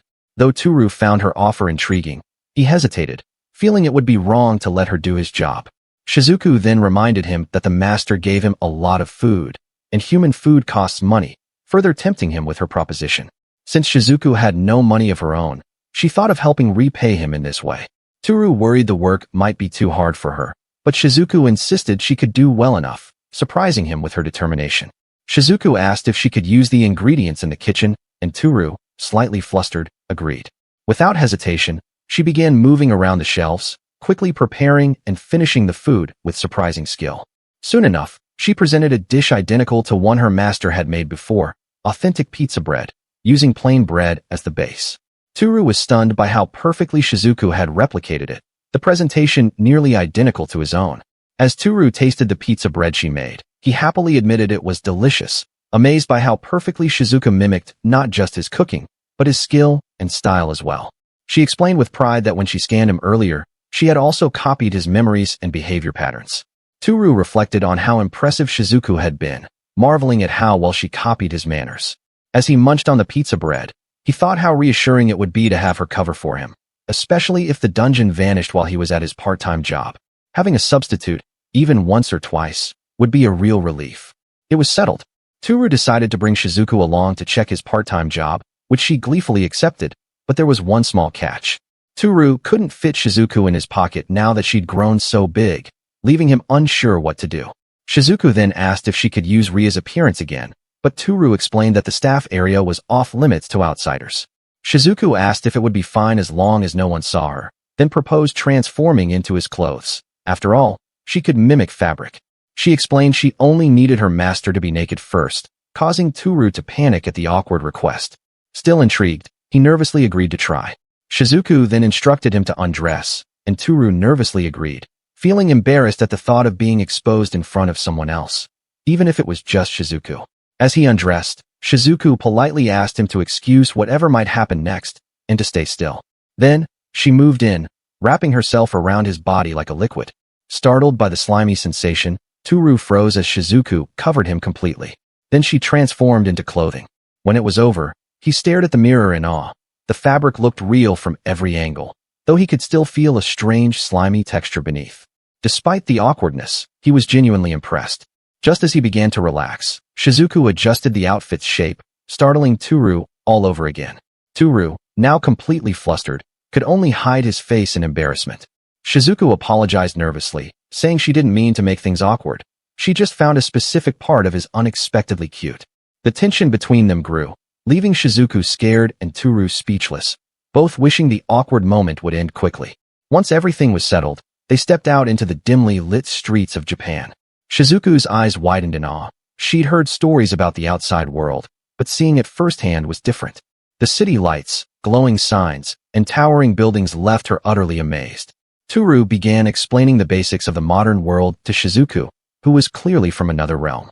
He promised to teach her more later, but asked her to remember the essentials for now. Pointing to a car, he explained it was like a horse used for travel, only much faster, and warned her seriously that getting hit by one could be fatal, so she should be careful. They continued to walk through the quiet streets past midnight, and with few people around, it made it easier to move about. Tooru pointed out the footpath for walking and the road for cars, then explained the traffic lights and what the red and green signals were meant for. Shizuku listened intently and remembered his instructions to the letter. They finally arrived at Tooru's workplace, a cozy little cafe restaurant. Tooru told Shizuka he'd go in as planned and reminded her to behave and not do anything weird. She cheerfully agreed without hesitation.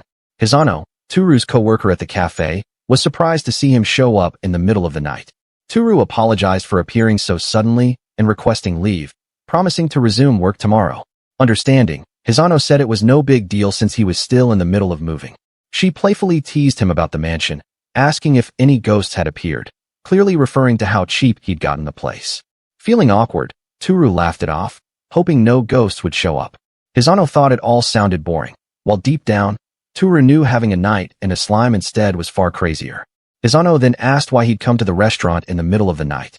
Tooru explained that since he'd be returning to work tomorrow, he thought it best to reorganize his locker and get everything ready in advance. She commented on how diligent he is, but teased him again, noting that she'd never seen him so eager to work before. Tooru laughed nervously, saying he'd always loved working there.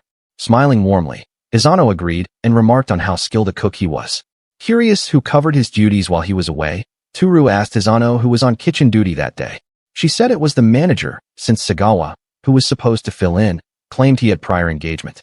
She joked it was probably another girl, making Tooru laugh awkwardly. Tooru decided to leave Hisano for now and went to the kitchen to greet the manager. She smiled and waved him off, wishing him a good one.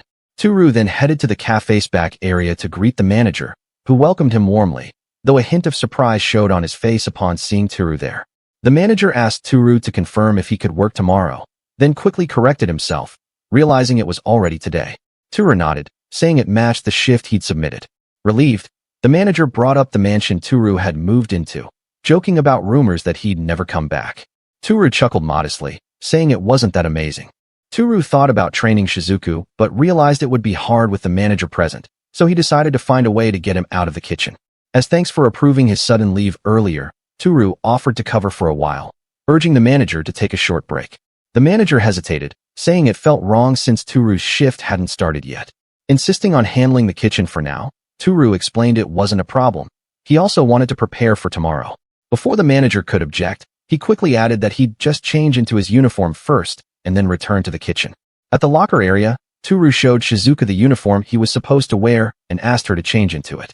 Gleefully agreeing, Shizuku transformed herself into his kitchen uniform in an instant. Tooru quickly returned to the kitchen and told the manager he could take his break now.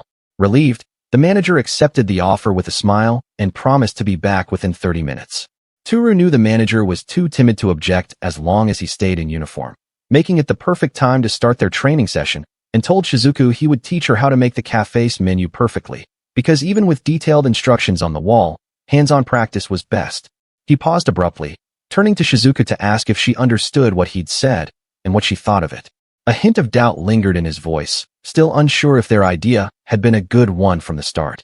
To his relief, Shizuku replied that she had already memorized everything, leaving Tooru stunned if it was even possible in such a short time. Just then, Hisano burst into the kitchen in a panic. Concerned, Tooru asked what was wrong, and she reported that the late-night teens group had just arrived. Feeling the pressure, Tooru reminded himself that the late-night teens group wasn't vicious, just chaotic. They always appeared suddenly, ordering a lot of food within seconds and causing a commotion. Taking a deep breath, he tried to steel his nerves for what was coming. Tooru turned to Hisano and asked where the manager was. She said she'd checked his usual smoking spot but couldn't find him, then asked if she could rely on Tooru for now. Sighing, he agreed, troubled that he was working for free after all, thanks to his own suggestion. Before he could complain, Shizuku eagerly volunteered to help. Surprised by Shizuku's eagerness, Tooru panicked and told her to wait, but she was already too excited and asked her master to watch her work. Suddenly, his body began moving on its own, making him wonder if Shizuku was controlling it. To his shock, the dish by the frying pan came out perfectly cooked, as if she'd gone into autopilot on his behalf. Tooru watched as Shizuku confidently handled the cooking, amazed that she had memorized everything so quickly. She absorbed every detail and beamed with joy at his praise. Tooru smiled to himself, thinking that if things stayed this way, he could finally leave the kitchen in her hands. As the long night drew to a close, Tooru trudged home, stifling a yawn. With only 3 hours before his next shift at 8, he wondered how he'd manage any rest at all. Seeing his fatigue, Shizuku softly offered to go in his place so he could stay with Ria. Yet Tooru gently refused, insisting he should be the one who works. Agreeing with his words, Shizuku shyly asked if she could sleep beside him and Ria. Caught off guard, Tooru hesitated for a moment before agreeing, but reminded her not to let Ria see her. As they settled under the covers, Ria slept peacefully beside them, unaware of the scene. Shizuku nestled closer, soothed by the warmth. In the quiet, she thought to herself how comforting the master's bed felt, warm, gentle, and full of peace. A few hours later, Tooru woke to the blaring sound of his phone alarm. Still groggy, he glanced at the time, thinking it was only 10 o'clock. But as the numbers sank in, his eyes widened. He'd overslept and was already late. Panicking, Tooru remembered his shift was supposed to start at 8 and wondered why his 7 o'clock alarm hadn't woken him. Checking his phone, he noticed a message, half expecting it to be from Shizuku, yet still in denial. Sure enough, it was from her, kindly telling her master to rest well. Breathing heavily, Tooru realized Shizuku had gone to work as his substitute. A swirl of emotions hit him at once: relief, disbelief, and unease, all tangled into one uncertain feeling. Tooru stepped out of the room, still feeling disoriented after waking in a panic. Ria greeted him with a gentle, "Good morning," her voice filled with quiet relief. As he approached, Ria looked at him with concern and asked if he was feeling any better. Tooru paused, confused, struggling to recall what she meant. Ria explained that earlier that morning, he had woken up and then went back to sleep saying he was not feeling well. That's when it hit him. It must have been Shizuku pretending to be him. A bit flustered, he quickly said he was feeling fine and asked if Ria had eaten breakfast. Looking puzzled, Ria replied that she'd already eaten the sandwiches he made that morning. Tooru immediately nodded in agreement, silently thanking Shizuku in his mind for being absolutely amazing. Eager to sort things out, Tooru told Ria he'd be attending a sage meeting and needed to use his transition magic to leave. Smiling, Ria wished him a safe trip as he prepared to head out. Upon arriving at the cafe restaurant, a young waitress immediately noticed him, greeting with a courteous smile and a warm, practiced welcome. Beneath the hat, sunglasses, and mask was Tooru, carefully disguised. The waitress hesitated for a moment before asking if he needed a table for one. Tooru quickly realized it was Tatishi's shift today, a cool, composed high school beauty. Yet even she seemed momentarily taken aback by his appearance. He reasoned to himself that the disguise was necessary. If he entered as himself, everyone would panic seeing two of him at once. Calmly, he replied that he only needed a table for one, and Tatishi politely guided him to his seat. Tooru was guided to a quiet corner at the far end of the cafe, silently grateful for how well it suited his disguise. When he ordered a mixed grill set, the waitress gave a polite nod of acknowledgement before gracefully walking away. As Tooru waited, he scanned the interior. There was no apparent disturbance inside the shop. Everything seemed calm, the menu looked good, and the customers looked satisfied too. It seemed that Shizuku was doing a good job by the looks of it. Soon, the waitress returned, carefully placing the mixed grill set in front of him. He examined the neatly prepared plate, impressed by the attention to detail, and quietly began eating, appreciating the craftsmanship in even the smallest parts of the meal. Satisfied, he buzzed the waitress back in. The waitress, startled, cautiously approached and asked if something was wrong. Wearing a tense expression, he quietly told her to call the chef. She repeated the word, "Chef," her expression caught between surprise and intimidation. Tooru thought Tatishi's expression was that of someone who couldn't believe what she was hearing. This was a family restaurant. After all, no real chef would be working here. Still, he felt it was necessary to force it through, clenching his fist as if to prove his point. Tooru couldn't hold it in any longer. Overwhelmed by the meal's deliciousness, he shouted passionately, declaring that the food was so good he had to praise the chef directly. He repeated himself, as if demanding to be heard. The waitress, flustered and wide-eyed, quickly agreed, saying she would call the chef right away. Meanwhile, Tooru sat at the table, panting slightly from the excitement, fully aware that asking for the chef at a humble family restaurant like this would surely become a hot topic around this place for a while. Moments later, the chef arrived, smiling warmly as she politely greeted Tooru and thanked him for his patience. It was none other than Tooru himself, substituted by Shizuku. Shizuku bowed nervously as she recognized the man sitting at the table, her face freezing in shock as she stuttered, trying to call out to her master. Tooru, calm and composed despite the situation, spoke in an audible tone so others could hear, praising the chef and sincerely thanking her for the delicious mixed grill. Shizuku, still flustered and unsure how to respond, watched as Tooru stood up and without further explanation, said he would wait in the restroom, leaving her standing there, bewildered and nervous. Inside the restroom, Tooru spoke in a frustrated tone, demanding to know what she had been thinking. Shizuku panicked, apologized profusely, and explained that if she stepped out of the cubicle now, everyone would notice. Tooru sighed, saying that wasn't the problem, and insisted he would do the rest of the work today. In tears, Shizuku asked if what she did was a big problem to him, but Tooru softened and assured her it hadn't. He knew she only meant to help, and thanked her sincerely, before gently suggesting they change back. He then instructed her that he would go out first, handing over his glasses, face mask, and hat, his disguise. He told her to leave after she finished dressing and to head home to prepare lunch for Ria, who was waiting there. With a cheerful smile, he said he was counting on her, and Shizuku gladly accepted the task. Tooru finally finished the day's work and let out a sigh of relief, completely exhausted. Yet there was a strange feeling in the air. It seemed his standing at the cafe had risen noticeably. Even the usually cold and distant Tatishi had been unusually gentle toward him. Tooru could only wonder what Shizuku had done to cause this change. With tired steps, he made his way home and pushed open the gate. But as Tooru paused at the entrance, a sudden realization struck him. If he went inside now, there would be two of him in the house. The thought lingered, unsettling and surreal, making him hesitate. Quietly, he announced as he stepped inside that he was back. His movements were careful and deliberate, each step measured so as not to stir anyone or cause a commotion upon entering. Tooru stumbled in with a startled shout as Ria eagerly called out, delighted to have found him at last. She playfully scolded him, asking where he'd been hiding all this time and remarking on how good he was at it. Laughing nervously, Tooru tried to brush it off. He quickly realized that Shizuku must have, for the sake of switching places easily, invited Ria to play hide-and-seek. It was, indeed, a clever move on her part. Seeing his reaction, Ria announced it was now her turn to hide. But now, Tooru was feeling exhausted and politely asked if they could stop for a rest now. Ria immediately understood, cheerfully deciding that while Tooru rested, she would go polish her armor.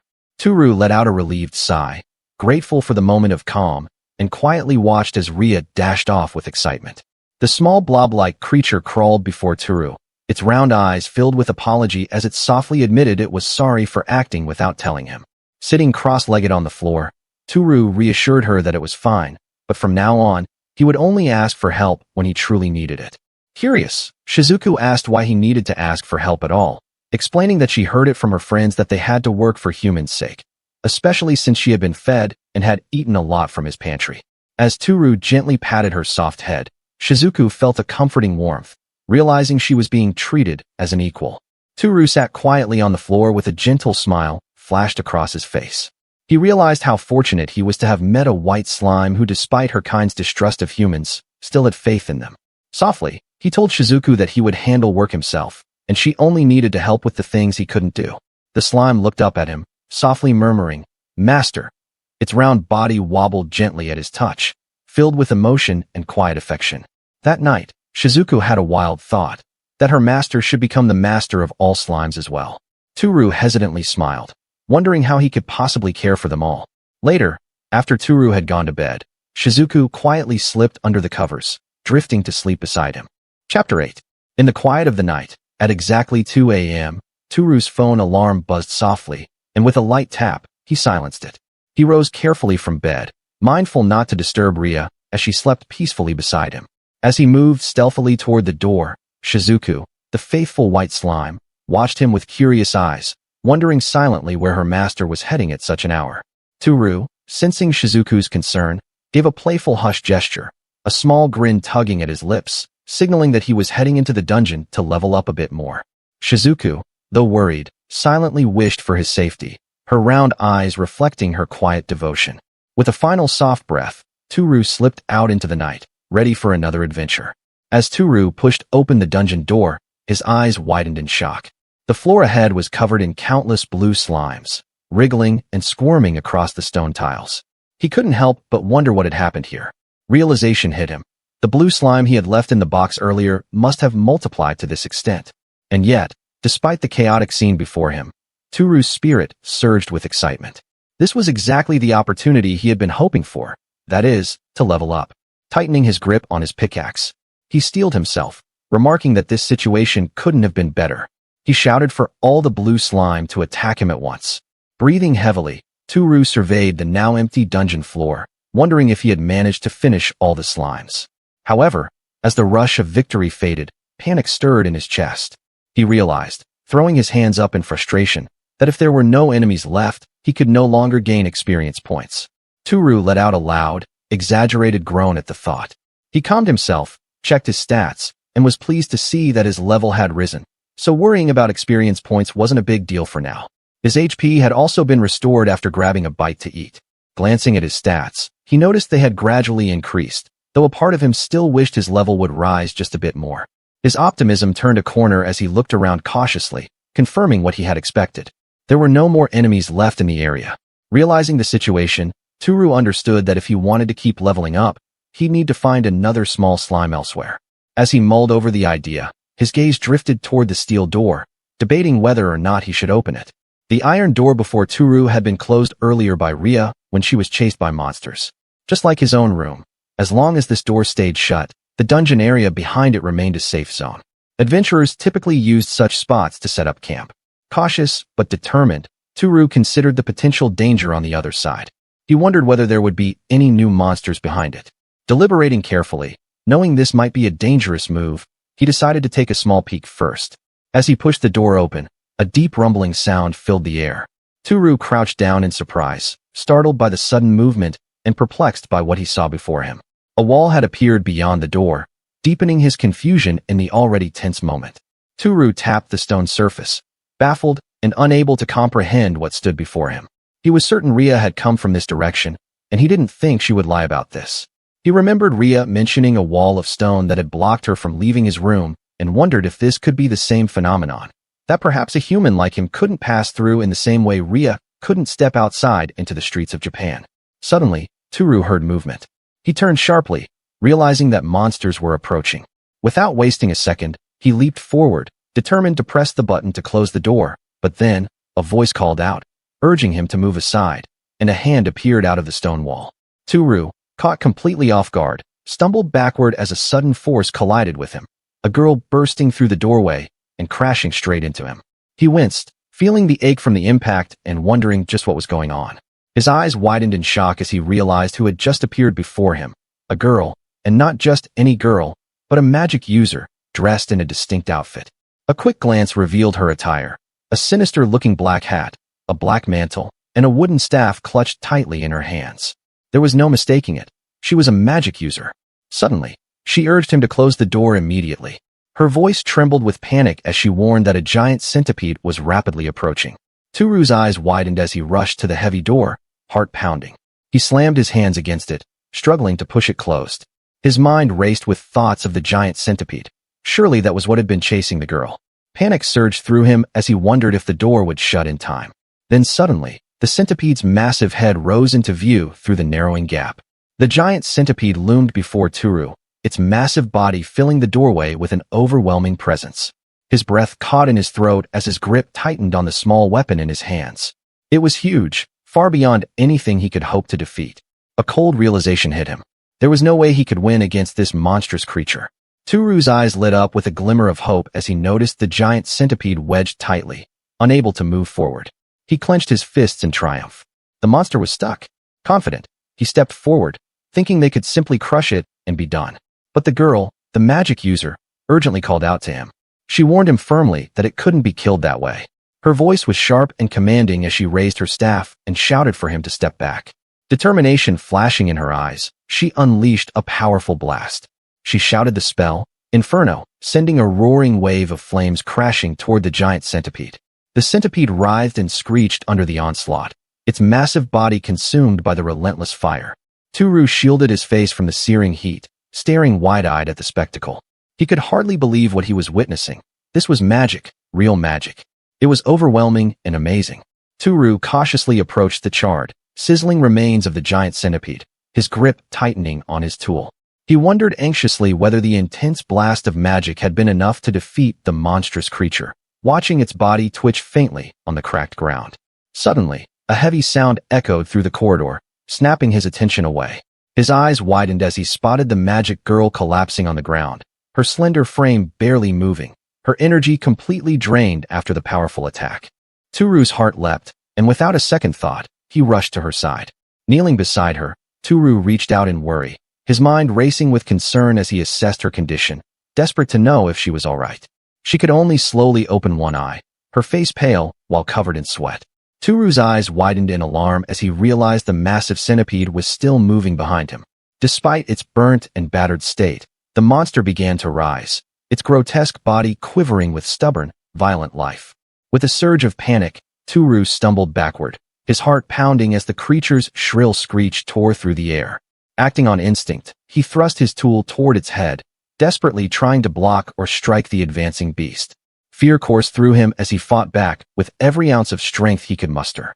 Panting, he stared at the lifeless body of the massive centipede. His pickaxe, which glimmered faintly under the dim light, had actually done it. A sense of disbelief washed over him when he realized he had defeated the gigantic monster. A faint, almost surreal realization settled in. He had grown stronger, and his level had gone up. Cautiously, he approached the creature's charred remains, his heart still racing. He wondered if it was truly dead as he hoped. But now wasn't the time to dwell on that. His eyes darted to the mage girl. She was swaying, her face pale, a faint grimace tugging at her lips. He rushed to check if she was okay, worried she might be seriously hurt. Yet despite her weakened state, she shook her head, brushing off his concern, and murmured that she had been bitten by the venomous centipede. Tooru knelt beside her, examining the situation with urgency and asking if it could be paralysis. The mage weakly explained that the poison caused a slow-acting death. It could be cured, but only with advanced healing magic, which seemed impossible in their current state. She slumped forward, her breathing shallow.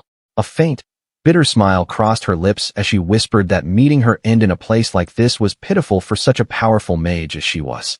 Unable to accept her hopelessness, Tooru became determined, betting on the slim hope of curing her. He quickly reached into his pack and pulled out a bottle of cola. Remembering how it had cured Ria's paralysis, he was certain it could also neutralize the deadly poison in the mage's body. Steeling himself, he popped the cap open and prepared to help her drink it. The magic user was too weak to lift the drink herself and could only tremble faintly. Realizing this, Tooru leaned in closer, an idea forming in his mind, one that could mean life or death for her. It was the only way he could think to save her, so he pressed his lips to the mage's and transferred the liquid mouth to mouth, determined to get the antidote into her system. After pulling back, Tooru stared at her anxiously, his heart pounding. For a tense moment, he could only wonder if it had worked, or if he had been too late. The girl began to swallow the liquid, slowly taking the medicine in. Then, all at once, she coughed violently, choking as the liquid caught in her throat. As if by magic, the mage wondered aloud how her body was slowly fighting the paralysis. Tooru told her that he had made the panacea himself and urged her to drink a little more. Though unsure if cola could truly count as a panacea in this world, he thought to himself that he had spoken confidently just to avoid sounding suspicious. Surprised that the black water had really cured the poison, the mage continued to drink the cola. She thought it was sweet, yet had a tingling feeling, noting what a strange taste the drug had. She realized she had never tasted any panacea this fast-acting before. Tooru, noticing her condition, told the magic user he was glad she was recovering, but pointed out that her stamina probably hadn't fully returned yet. He offered her a safe place nearby to rest, and asked if she wanted to come, only to be met with a wary, suspicious look from her. Hearing this, she gripped the bottle tightly, her eyes filled with tension. She assumed that if the young man before her was planning to assault her, then he should do it quickly. Tooru, utterly caught off guard, was stunned by her assumptions, his face twisting in alarm and embarrassment. Her heart raced as she continued her speculations. She suspected he might be a criminal for living in such a secluded area, while tactfully judging him by his strange clothes. She thought bitterly that she had no significant possessions on her, and thought only her body remained as something of value. She assumed that must have been the reason he helped her. This caused Tooru to panic in disbelief that she would think of him that way. Tooru loudly objected, defending himself by insisting that even if he did kiss her, it was solely to make her take the medicine. There was nothing intentional about it, he swore. And now that he mentioned it, he remembered that it had been his first kiss. He imagined Ria scolding him inside his head and trying to argue with her in his thoughts. Realizing how ridiculous it was to be explaining himself to an imaginary Ria, he took a breath and turned back to the mage, clarifying that it had all been a misunderstanding. The mage had to clarify one last time if he truly wasn't planning to assault her. She couldn't believe that anyone wearing such strange clothes would live inside a dungeon for any reason other than crime. Tooru, once again shocked by her accusation, furiously denied it. He wasn't there to take advantage of anyone, but his words only deepened her curiosity, prompting her to demand who he is. Tooru stuttered at first, unsure what to say that would sound believable. Finally, he claimed he was a hermit who had chosen to live here to escape the bustling life outside the dungeon. The mage listened closely, studying his words with quiet scrutiny. The magic user let out a sigh and, resigning herself to the situation, extended her hand toward Tooru. Tooru, caught slightly off guard, hesitated at first, wondering if she was offering a handshake. She reminded him of what he'd said about taking her to a safe place and pointed out that she still couldn't muster any strength on her own. If he truly meant it, she would need his help to lift her up, and that was the reason she extended her hand. Realizing her intent, he quickly agreed, nervously responding as he reached out to support her. The two moved forward together, with Tooru carefully helping the magic user along. The magic user lowered her gaze, her voice soft with apology and regret for having accused Tooru despite him saving her. Flustered, Tooru reassured her with a gentle smile, saying it was only common sense to help someone in need. She spoke softly, her voice trembling with sincerity, telling Tooru that he was truly a kind person. As she recalled the moment she was chased by the giant centipede, her eyes darkened. Back then, all she could think about was saving herself, not saving anyone else. Tooru wasn't entirely sure what she meant, but he announced that they had finally reached the resting place, assuring her she could be at ease now. Pointing ahead, he explained that his home was just beyond that strange-looking door. The magic user gazed toward the direction of the door, repeating his words about the strange door. Yet to her eyes, there was nothing but a plain wall, no doorway, no passage, nothing at all. Her surprise was unmistakable as she blurted out in confusion. Tooru stood frozen, his mind racing. He couldn't understand how that was possible and quickly opened the door to see if it would change anything. Yet the mage flatly remarked that nothing about the wall had changed, no matter what he did. Tooru couldn't comprehend what was happening. He had gone through this very door when carrying Ria back to his room before. He wondered if there could be something missing here. Suddenly, the woman beside him stiffened, her eyes widening with suspicion as panic took hold. She pointed an accusing finger at him, shouting that his true goal must be to assault her. In a frantic voice, she cried for him to forget everything she'd said and to leave her alone. As if hearing nothing, Tooru carried the mage through the doorway, leaving her completely shocked and terrified that she might crash into a solid wall. Instinctively, she raised a hand to shield her head, bracing for the impact that never came. Tooru managed to carry her into the room, her weight pressing lightly against him as she looked around in bewilderment. Nothing about the place was familiar, and her mind raced to comprehend where she had ended up. Inside his thoughts, Tooru confirmed what he had suspected all along. Only he could see the true form of the passage, while others would merely perceive a stone wall. However, as long as he maintained physical contact with someone, they could pass through the gateway as well, whether through the back of the iron door or the wall by the windows. As they moved further inside, a small, bouncy Shizuku appeared, happily welcoming her master back and curiously asking about the unfamiliar woman with him. The woman, surprised, quickly realized what the little creature was, a white slime. Shizuku proudly declared her name, beaming with pride. Tooru explained to Shizuku that the woman he was carrying was a magic user who had collapsed due to poison.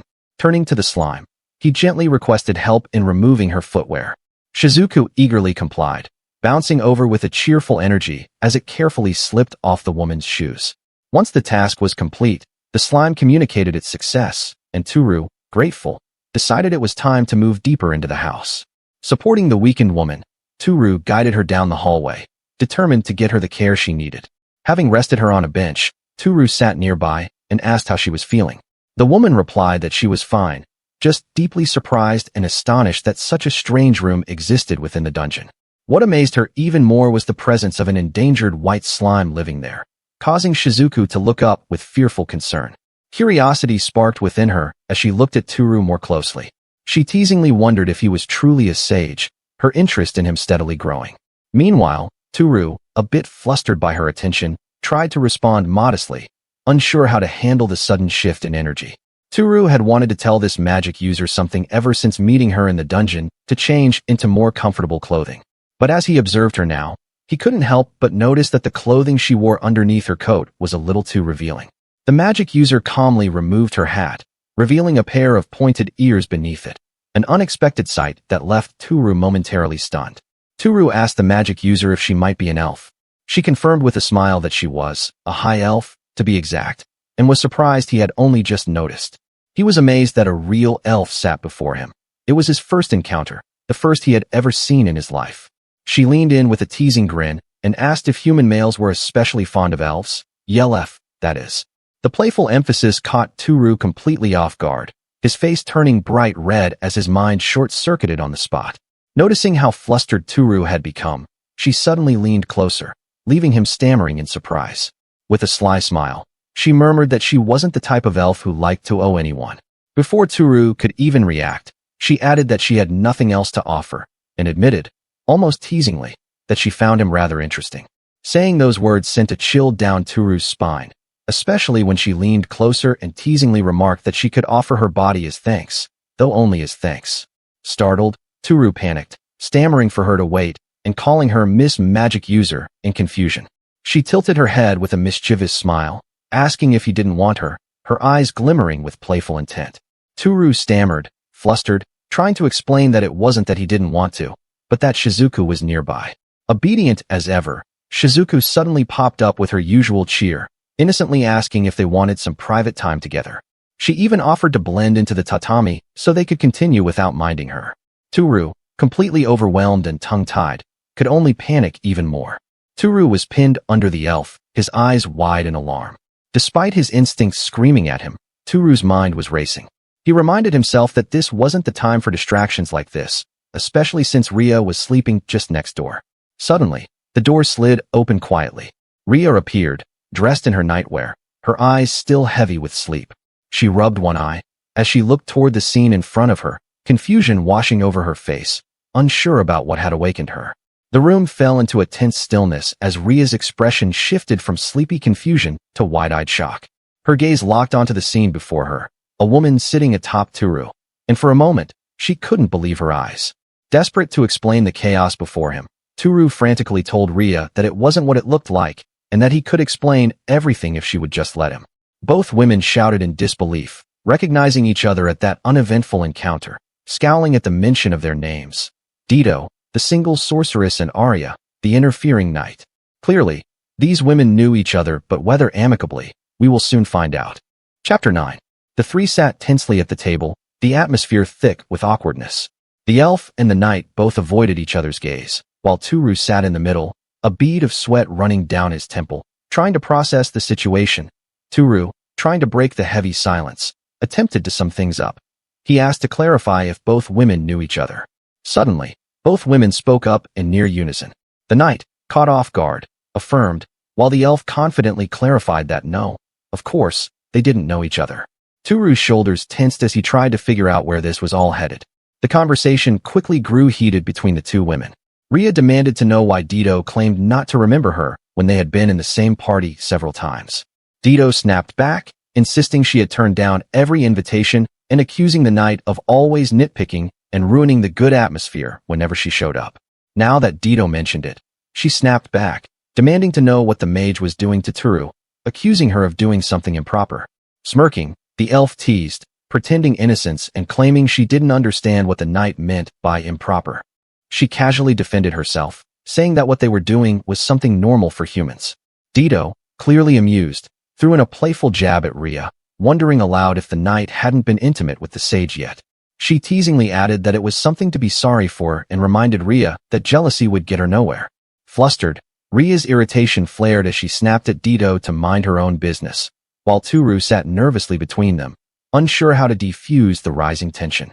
Judging by their constant bickering, it was clear to Tooru that the two women were not on good terms. Trying to ease the tension, he nervously pointed out that Dido had collapsed earlier from her injuries, so it would be best if she used the bed to rest. He then suggested that he and Ria could sleep in the living room instead. Ria smiled cheerfully, agreeing with his idea, while Dido flatly refused.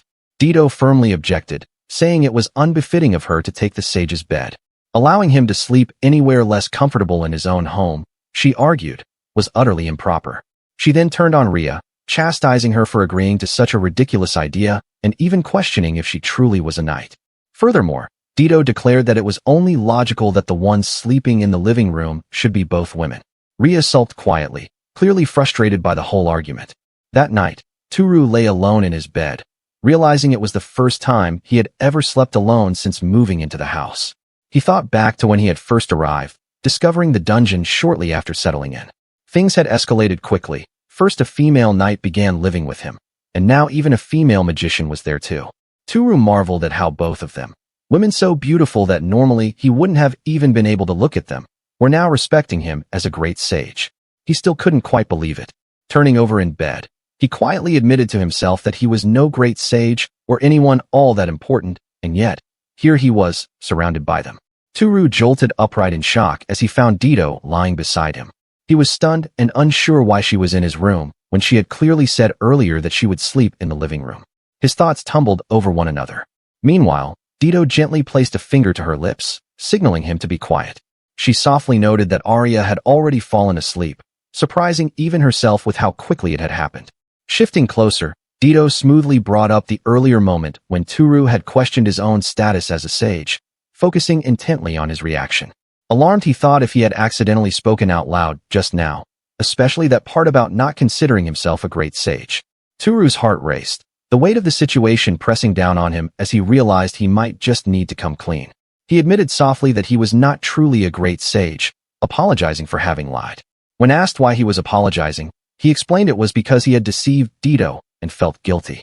Dito, however, smiled warmly, assuring him that whether he was a great sage or not didn't matter. The fact that he had saved her life would never change. She hesitated but found herself confessing that, if it was with someone like Tooru, she didn't really mind. Her face flushed as she tried to express feelings she had barely begun to understand herself. Tooru did not understand what she meant at all. With the air between them growing more intimate, Dito gently proposed sharing her own truth since Tooru had entrusted her with a secret. Dito leaned in close to Tooru, her breath trembling as she whispered, almost in a panic, that she had never done that kind of thing before. This left Tooru utterly surprised, especially given how revealing Dito's outfit was. Trying to explain herself, Dito hurriedly claimed that this was normal among elves, insisting it couldn't be helped. She explained that elves, due to their long lifespans, possessed very low procreation desires, despite what their appearances might suggest. Blushing as if ashamed, Dito asked Tooru to promise not to tell Arya.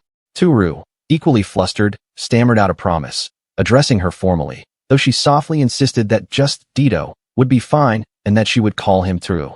Dito, curiosity shining in her eyes, asked Tooru an important question about where he lived. She noted that even she, a high elf, couldn't recognize many of the things inside his room. Curious, she pressed him more for answers, demanding to know what exactly this room was.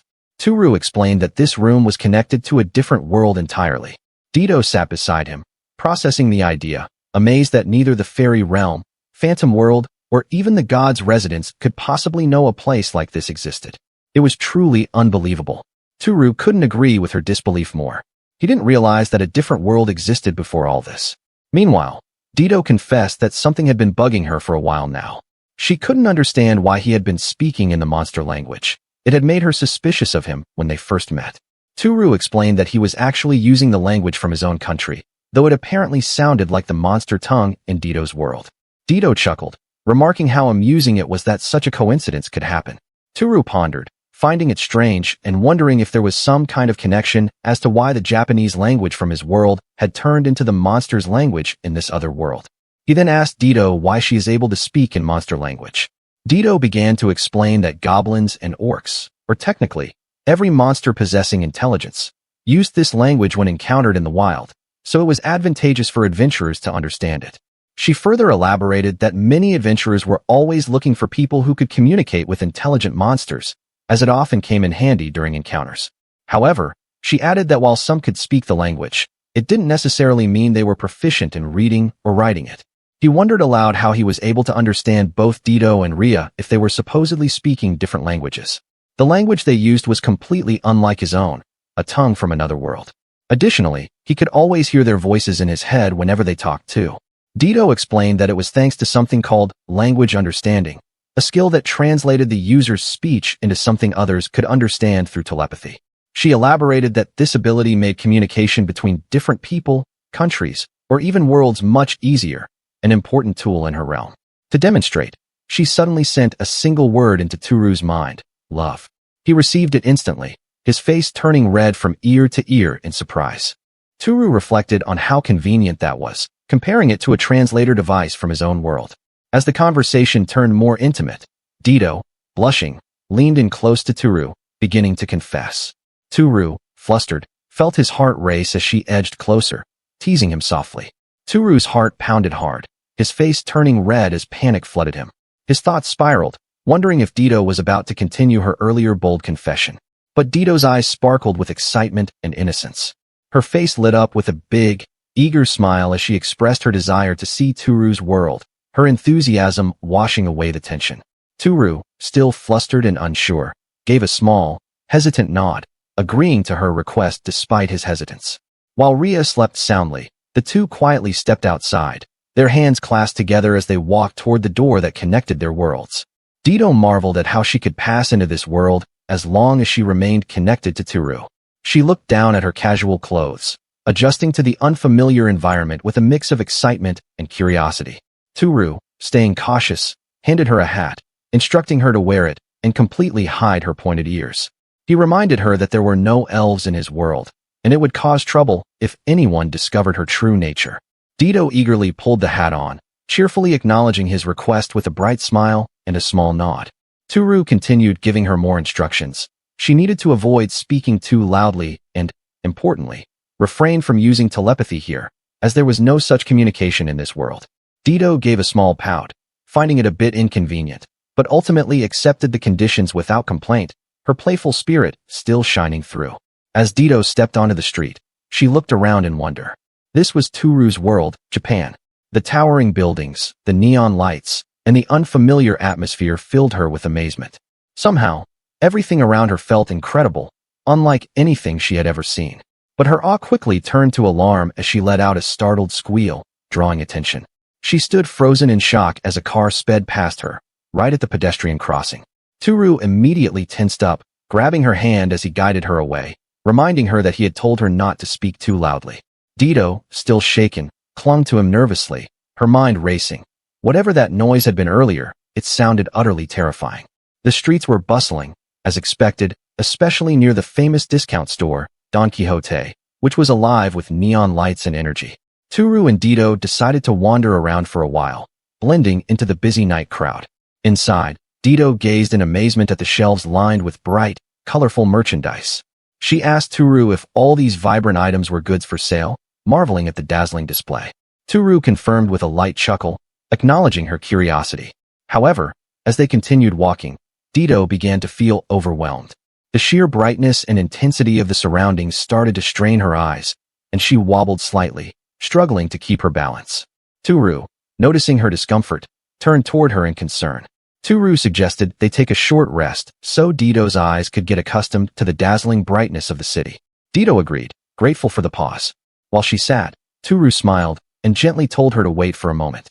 He then approached a nearby shop, scanning the menu with interest. Excited, Tooru placed an order for 1 banana choco cream. On his way back, he noticed Dido sitting by herself. Then 2 strangers approached her, commenting on how pretty she was. One of them reached out, concerned, thinking she might be in some kind of trouble and needed help. Dido clenched her fists, frustration bubbling inside her. She could feel her irritation growing and thought to herself that this was bad. Just as the situation grew tense, Tooru returned, quickly grasping what was happening. He explained to the strangers that Dido was a foreigner and didn't understand Japanese.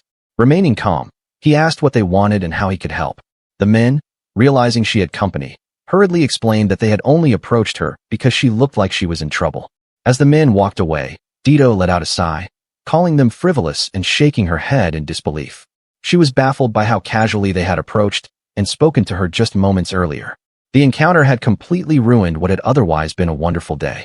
Tooru, standing beside her with a relaxed smile, seemed unfazed as he held a sweet treat in his hands. Without a word, he handed it to Dido, gently encouraging her to eat and regain her mood. Dido asked what it was, and Tooru explained that the food was called a crepe, sweet and delicious. She accepted the offering, inspecting it with curiosity. Examining the soft, folded pastry carefully, she finally brought it to her lips. Taking a cautious bite, she paused. Then, a subtle sparkle appeared in her eyes as the flavor spread across her tongue. The crepe's sweetness and lightness immediately captured her attention. Dido closed her eyes with delight, a soft, contented hum escaping her as she clutched the crepe lovingly in her hands and happily taking bite after bite, savoring each mouthful. Tooru watched her quietly, a gentle smile spreading across his face as he saw her enjoying the treat so wholeheartedly. Suddenly, Dito paused mid-bite, blinking in realization. It dawned on her that, without even noticing, she had started eating all on her own without offering Tooru a bite. Seeing this, Tooru reached out and gently wiped the corner of her mouth, prompting a faint blush to rise on Dito's cheeks. Tooru, still smiling, told her that if she truly liked it, she could go ahead and eat it all herself. Dito frowned at the way he smiled, thinking he was laughing at her. Tooru chuckled softly, apologizing as he admitted she just looked like she was enjoying the crepe so much. Pouting in disappointment, Dito handed the crepe back, insisting it wasn't even that delicious and that she didn't want it anymore. Confused, Tooru took the crepe in his hands, asking if she was serious, then told her not to mind as he took a bite. Glancing at the regretful Dito, he hesitated, lifting the crepe slightly, as if giving her one last chance to speak up before he finally did it. Tooru realized she didn't budge and quickly thought of an offer she couldn't refuse. With a sheepish smile, he said he was full and suggested they share the crepe instead. After a brief pause, Dito gave a quiet, warm nod in agreement. A few minutes later, they strolled through the brightly lit shopping center, escalators humming softly in the background. Dito observed the surroundings, quietly noting to herself the strange variety of items for sale. Her eyes wandered across the shelves and displays, brimming with curiosity. Soon, her attention was caught by a particular section, rows of costumes lined up neatly, their packaging displaying familiar outfits. She recognized the clothes instantly, remembering that Arya had worn them before. As realization dawned on her, Dito's thoughts clicked into place, and she murmured that now she understood. Realization struck her sharply, and she exclaimed in an accusatory tone that this was the kind of shop that sold risque, perverted costumes. She planted her hands on her hips, her expression a mix of shock and judgment. She accused him of making Rhea wear those kinds of clothes and, in her mind, labeled him a pervert, her eyes narrowing in playful accusation. Flustered, Tooru hurried to explain that they were part of an experiment. The costumes and foods from Japan were being tested for potential special effects in the dungeon, sweat forming on his forehead as he spoke. Dito asked if it was true, surprised that he had actually thought of such an idea. Defensively, Tooru explained that he had simply been curious. So far, he had only tested the food and hadn't yet checked the effects of the clothes. He added that the food had indeed buffed his stats while he was in the dungeon. With a mix of curiosity and surprise, she wondered aloud if the costumes might actually boost their status as well, her eyes scanning the rack as she spoke.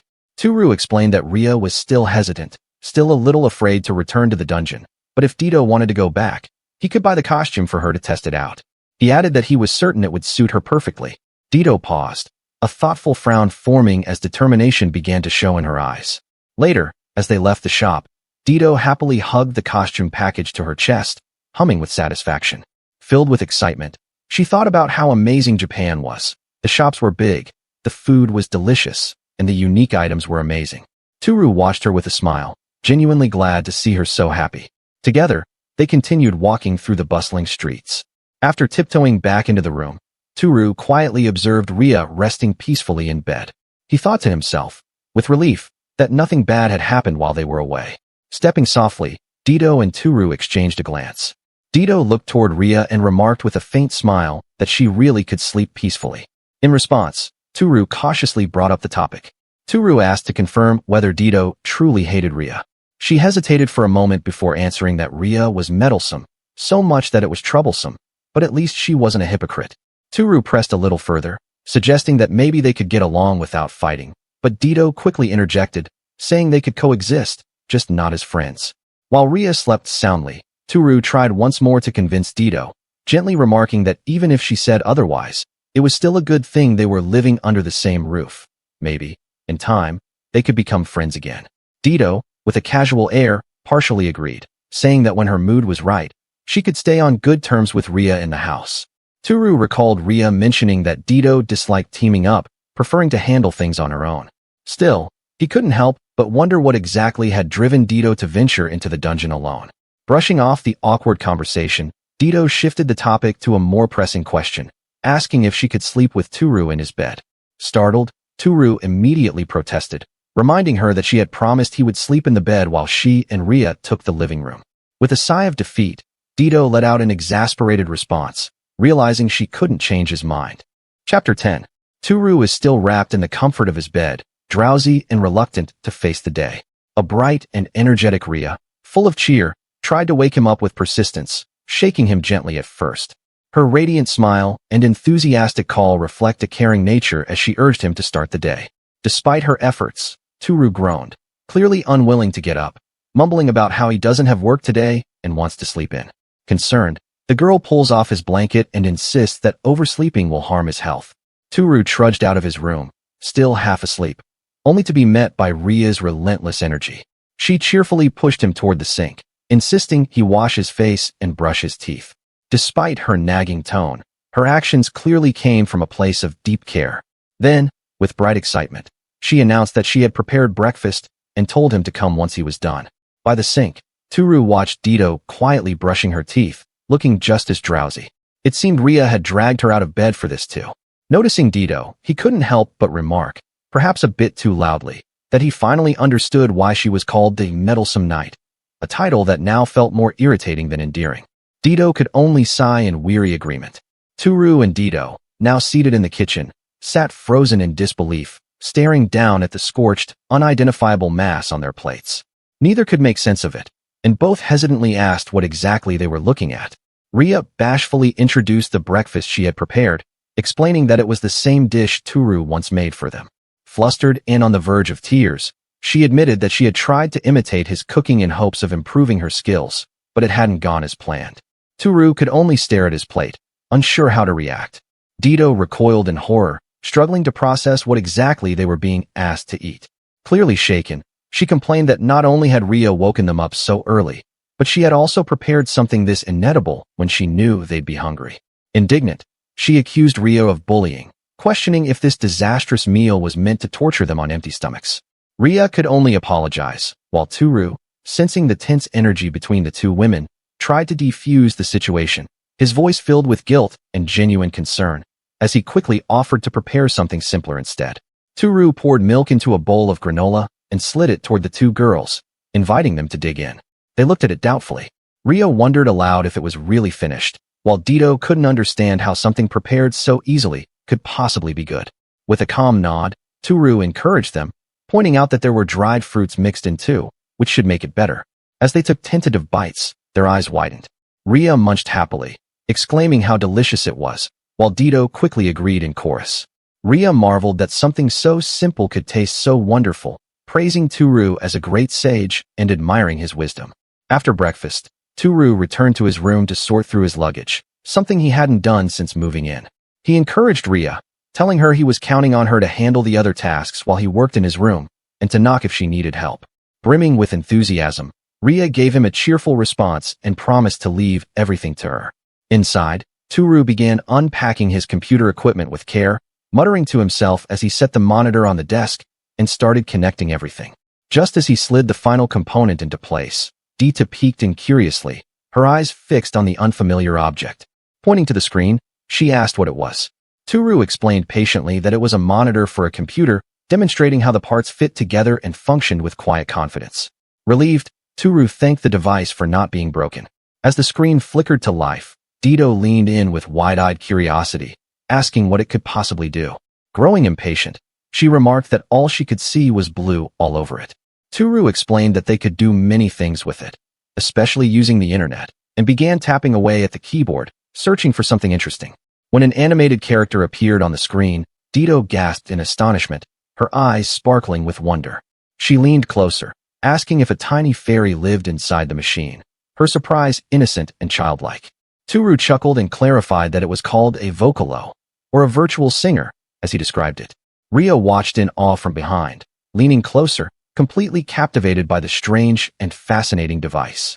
Tooru added that they could also use the computer to search for things about other worlds. Dito couldn't help but be amazed and commented on how incredible Japan's tools were. Tooru added that they could also use it to look up information about the dungeon's layout and appearance from their current location, leaving Dito deeply impressed by the power and reach of his technology. Tooru wondered how he'd manage that.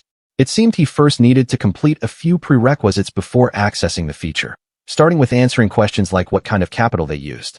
Immediately, he asked Dito to show him the currency from her world. She agreed and told him to wait a moment as she retrieved a small pouch from within her clothes. As she handed it over, Tooru began to ask her what had happened to the monsters he defeated, and Dito indirectly answered that they should stick to the same story. For all that, He realized that things were complicated but reassured himself that, for now, his secret was safe. Tooru grew curious as he examined the coins she handed him, wondering if they were made of real gold. Dito nodded and began listing them: Gadius gold, Empire gold, and a few commemorative gold coins among them. He asked if those coins could actually be used to buy things. Dito replied matter-of-factly that the answer should have been obvious. Then, Tooru, after a moment of thought, made a request. Tooru asked Dito if he could use some of her coins to buy snacks and flashlights. She cheerfully agreed but tilted her head, clarifying whether he was sure that her money would even be accepted in this world. Tooru responded with firm confidence, assuring her it would be fine. If that were the case, Dito happily offered for him to take as much as he wanted, saying it was her way of thanking him for the pair of bloomers she had received. She added with excitement that if he was right about those bloomers increasing her status, then they might be even rarer than the artifacts showcased at the dark auctions. The thought of something as simple as bloomers becoming a coveted treasure in the underground market amused Tooru. Deciding not to overdo it, he took one coin of each type for now. Then, as a sudden realization crossed his mind, he turned to Dito and pointed something out. He casually asked Dito if she wanted to take a bath. Dito, surprised and amazed, asked if he truly had a bath in his house, and Tooru excitedly nodded. As Tooru headed toward the bathroom, he called out for Ria, who promptly emerged with bright curiosity. He then asked if she could take a bath together with Dito, so she could show her how to use the faucet. Dito, all flustered, protested that she could manage on her own, clearly feeling the pressure of their eagerness to help. But before she could object further, Ria cheerfully agreed, bursting with enthusiasm. She announced that baths in this world were a bit different, and that she'd be teaching Dito how it's done. Without giving her a chance to resist, Ria pushed the panicking elf toward the bathroom, declaring it was lesson time. As Dito and Ria were busily arguing behind the closed bathroom door, Tooru, with quiet resolve, decides to head out. He knew that if he mentioned his plans to Dito, she would insist on coming along, which would mean leaving Ria alone at home, something he wasn't willing to do. So he ventured out on his own, zipping up his jacket. The city skyline stretched before him as he made his way downtown, buildings looming with a familiar sense of routine. Eventually, Tooru arrived at a pawn shop. Inside, he stood at the counter across from a composed young clerk. She carefully examined what he had brought, then summarized the valuation with a pleasant smile: 106,400 yen. Tooru was stunned. The amount far exceeded his expectations. His eyes widened as he repeated the figure aloud in disbelief. With a polite nod, the clerk confirmed that that was the total. The clerk showed him how much each coin cost. The small metal was appraised at just over 9,400 yen, modest, but enough to raise eyebrows. Another, more ornate and bearing a detailed face, was valued far higher, worth 97,000 yen. A third, plated in platinum and gold, appeared even more precious, though its worth couldn't be confirmed without further inspection. The clerk gave him the option to leave it behind for appraisal, but Tooru quickly decided to take the money for the two confirmed items for now. He didn't want to linger or draw unnecessary attention. Stepping into the sunlight, Tooru clutched his earnings, wary of attracting attention if he pawned the metals again. Though quitting his job wasn't an option, he felt relieved. At least he now had enough money for what he needed. Late at night, once Ria had drifted off to sleep, Tooru quietly ventured into the dungeon with Dito in order to know more about their world. Inside the stone-walled labyrinth, dimly lit and ominous, Tooru shared a small celebration. He had leveled up. Tooru recalled that it all happened right after he defeated the giant centipede, though saying it out loud still felt strangely surreal. Brimming with excitement, Dito eagerly asked to see Tooru's status. With a brief thought, he summoned the glowing screen before them. Her sharp eyes scanned the details: his full name, age, and every stat she could glimpse. Deciding his name was too long, she simply called him Tooru. When he asked about her age, she brushed it off with a sly smile, promising to tell him later. Then, noticing his occupation field was blank, her brows furrowed slightly. Among the listed attributes on his status screen, one stood out: a rare skill known as unlimited growth. Despite being only level 4, he had possessed the skill since the beginning, a fact that impressed Dita deeply. She regarded the information with a calm but surprised expression, acknowledging how rare and valuable such a skill truly was. Having tried countless methods herself, Dita knew just how elusive a skill like that could be, but something had bothered her about it. Concern etched across her face. Dito looked at Tooru with quiet seriousness. Her thoughts lingered on how short his lifespan was compared to hers. Tooru asked her to clarify, puzzled by her sudden concern. Dito explained softly that unlike elves, who could steadily raise their levels over centuries, humans had far shorter lifespans. Because of that, most humans would die long before ever reaching their level cap. Her tone grew somber as she admitted this truth. Tooru lowered his gaze, silently reflecting on D2's words.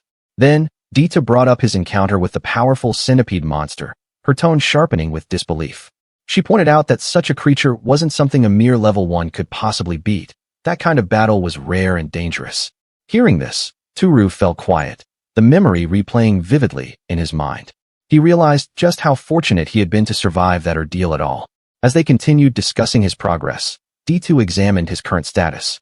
She pointed out that what he was seeing reflected only his basic job growth, not the more specialized development that came from taking on a profession. In Tooru's case, his starting job, referred to as jobless, can't do anything yet.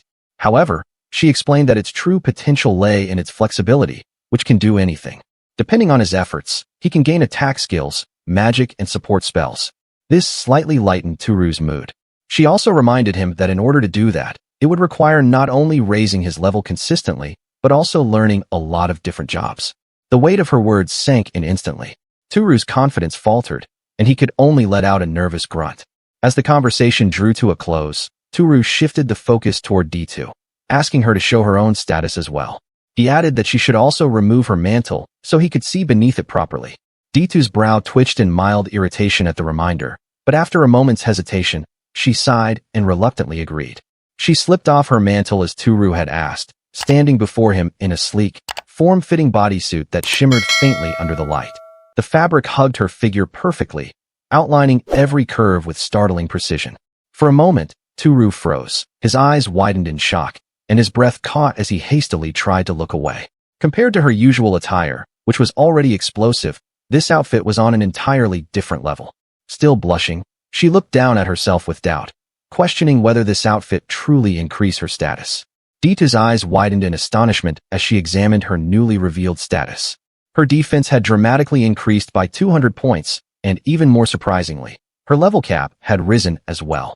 The sudden growth caught her off guard, flooding her with a mix of amazement and disbelief. Tooru, equally curious, eagerly leaned in, expressing a strong desire to see the results for himself.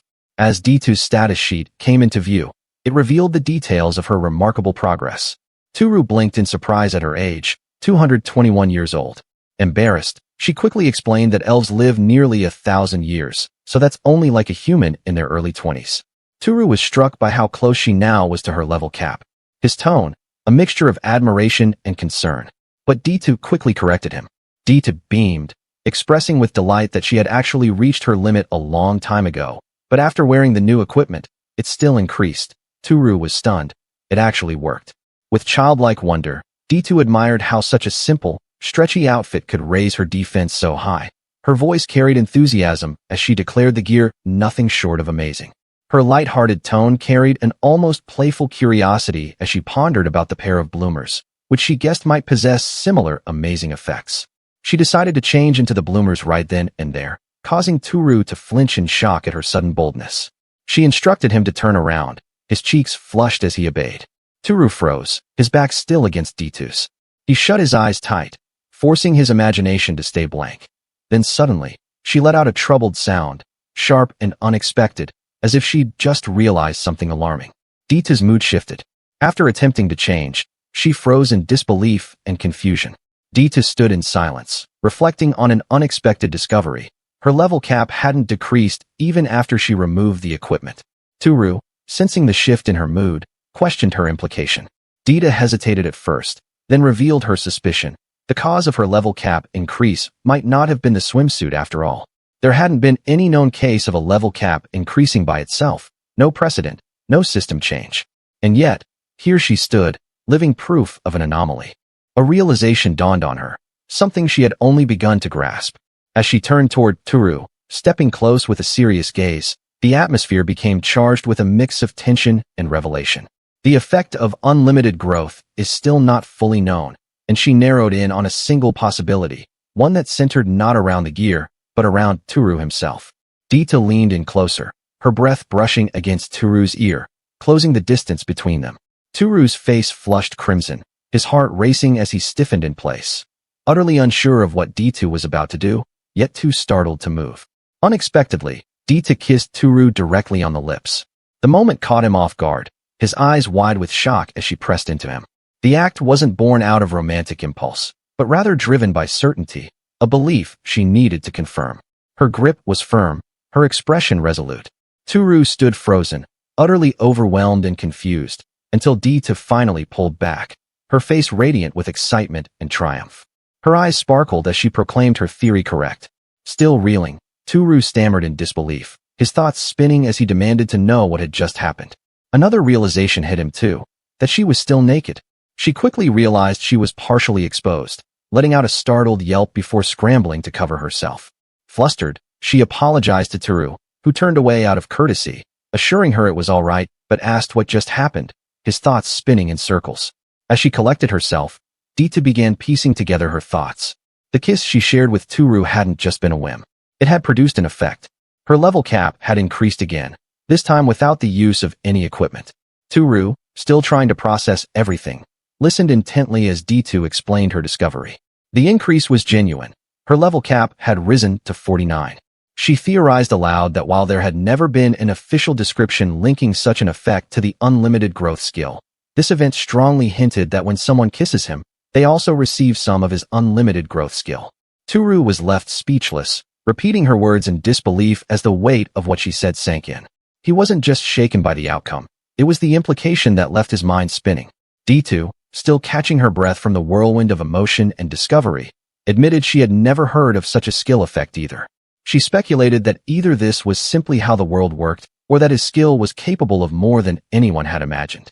Perhaps the effect of the skill had properties never recorded or fully understood, requiring high-level appraisal to be properly analyzed. Startled and flustered, Tooru stammered for clarification, struggling to make sense of everything, and wondering aloud if this meant he possessed more abilities than just this skill. As he spoke, Dita suddenly pursed her lips in a pout, leaning ever so slightly closer. Tooru blinked in confusion, his thoughts derailing as he wondered in alarm what on earth she was doing. Dita, flushed and impatient, confronted Tooru directly. There was no subtlety in her demand. She wanted another kiss. Tooru quickly raised his hands, trying to slow things down, urging her to calm down and think rationally. The sudden tension left him overwhelmed, unable to process how things had escalated so fast. But Dita wasn't acting out of pure impulse. Her frustration simmered beneath the surface. With a sharp glare, she accused him of holding back, of not even trying to help her raise her level cap. She responded with exasperation, declaring plainly what she wanted and why. Her frustration ran deep, stemming from decades of being trapped beneath her level cap. Despite defeating countless monsters and training relentlessly, she had never been able to surpass that limit. She confessed that, despite all her efforts, she still lagged behind others with higher potential. Tooru raised his hands in a mix of panic and empathy, trying to ease the tension. He wanted to calm her down, yet at the same time urged her to think things through quickly before acting on impulse. Even so, Dita made one thing absolutely clear. This wasn't about kissing just anyone for the sake of power. Blushing, but resolute, she looked Tooru in the eyes and said that she wouldn't accept a kiss from just anyone, only from someone she cared about. She had done it because it was Tooru. Hearing that, Tooru's expression softened. While still uncertain, he couldn't hide the warmth that crept into his voice. The tension between Tooru and Dita took on a more personal tone as she suddenly confronted him. Her eyes narrowed and her voice rose with accusation. She had sensed something. Tooru had been thinking about someone else. Specifically, Ria. Dita's expression shifted into a pouty frustration, her thoughts turning inward. She concluded, aloud, that he must like Ria more than her. The words were quiet but heavy, laced with disappointment. Caught completely off guard, Tooru stiffened, unable to deny it. He hesitated, then admitted his uncertainty. He couldn't deny his thoughts about Ria, but at the same time, he couldn't ignore he is interested in Dita either. Her cheeks reddened as he spoke. Dita, flustered by his candor, looked away momentarily. Then his voice faltered, caught between honesty and confusion. He called himself hopeless, a poor excuse of a man in a moment that demanded clarity. Dita's gaze softened, her voice taking on a quiet resolve. She acknowledged a truth that weighed heavily on both their hearts, that Tooru's feelings for Ria might come first. Yet, rather than recoiling in jealousy, she offered something profound. Dita's voice softened, her words laced with quiet jealousy as she asked if he chose Ria now. If he would. After 80 years when Ria was long gone, consider being with her instead. Tooru was struck by the question. The way she framed it was not as a demand, but a gentle hope that sent a chill through him. Tooru, realizing the implication, tried to object. If 80 years passed, it wouldn't just be Ria who was gone. He too would have long been dead then. But D2, with centuries behind her and centuries yet to live, had already thought this through. She stood in silence for a moment, distant but composed. When she finally spoke again, her words cut through the air like a revelation. There was a way, a method to extend someone's lifespan. D2 responded with a serious, measured tone. Yes, such a method did exist, but it came with a catch. Tooru was stunned, repeating if he heard her right. His voice rose with urgency as he asked her to explain, desperate to learn more. If such a method truly existed, it could change everything. Tooru leaned in, his eyes wide with anticipation, pushing her to share the secret. Then D2 spoke the name. In order to access it, one would need to confront a being tied to the very fabric of the labyrinth itself, none other than the ruler of the labyrinth, the dungeon master. With a playful smile, Ria offered to join Dido for a bath, insisting it was only natural to help her learn.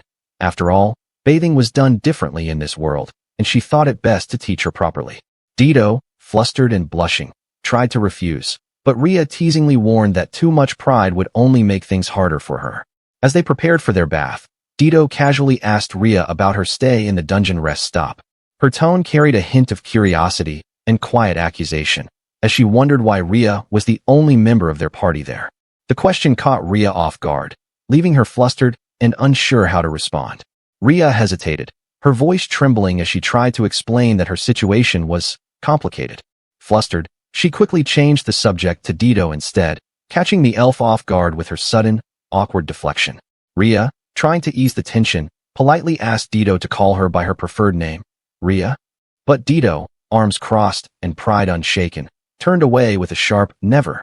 Still sulking from the rejection, Ria stood speechless while Dido, completely unfazed, demanded she focus on teaching her how to bathe.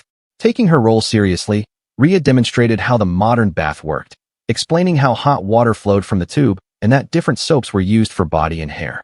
Dido watched intently, clearly fascinated by the unfamiliar setup. Dido marveled at the soaps, amazed that they existed in Tooru's world.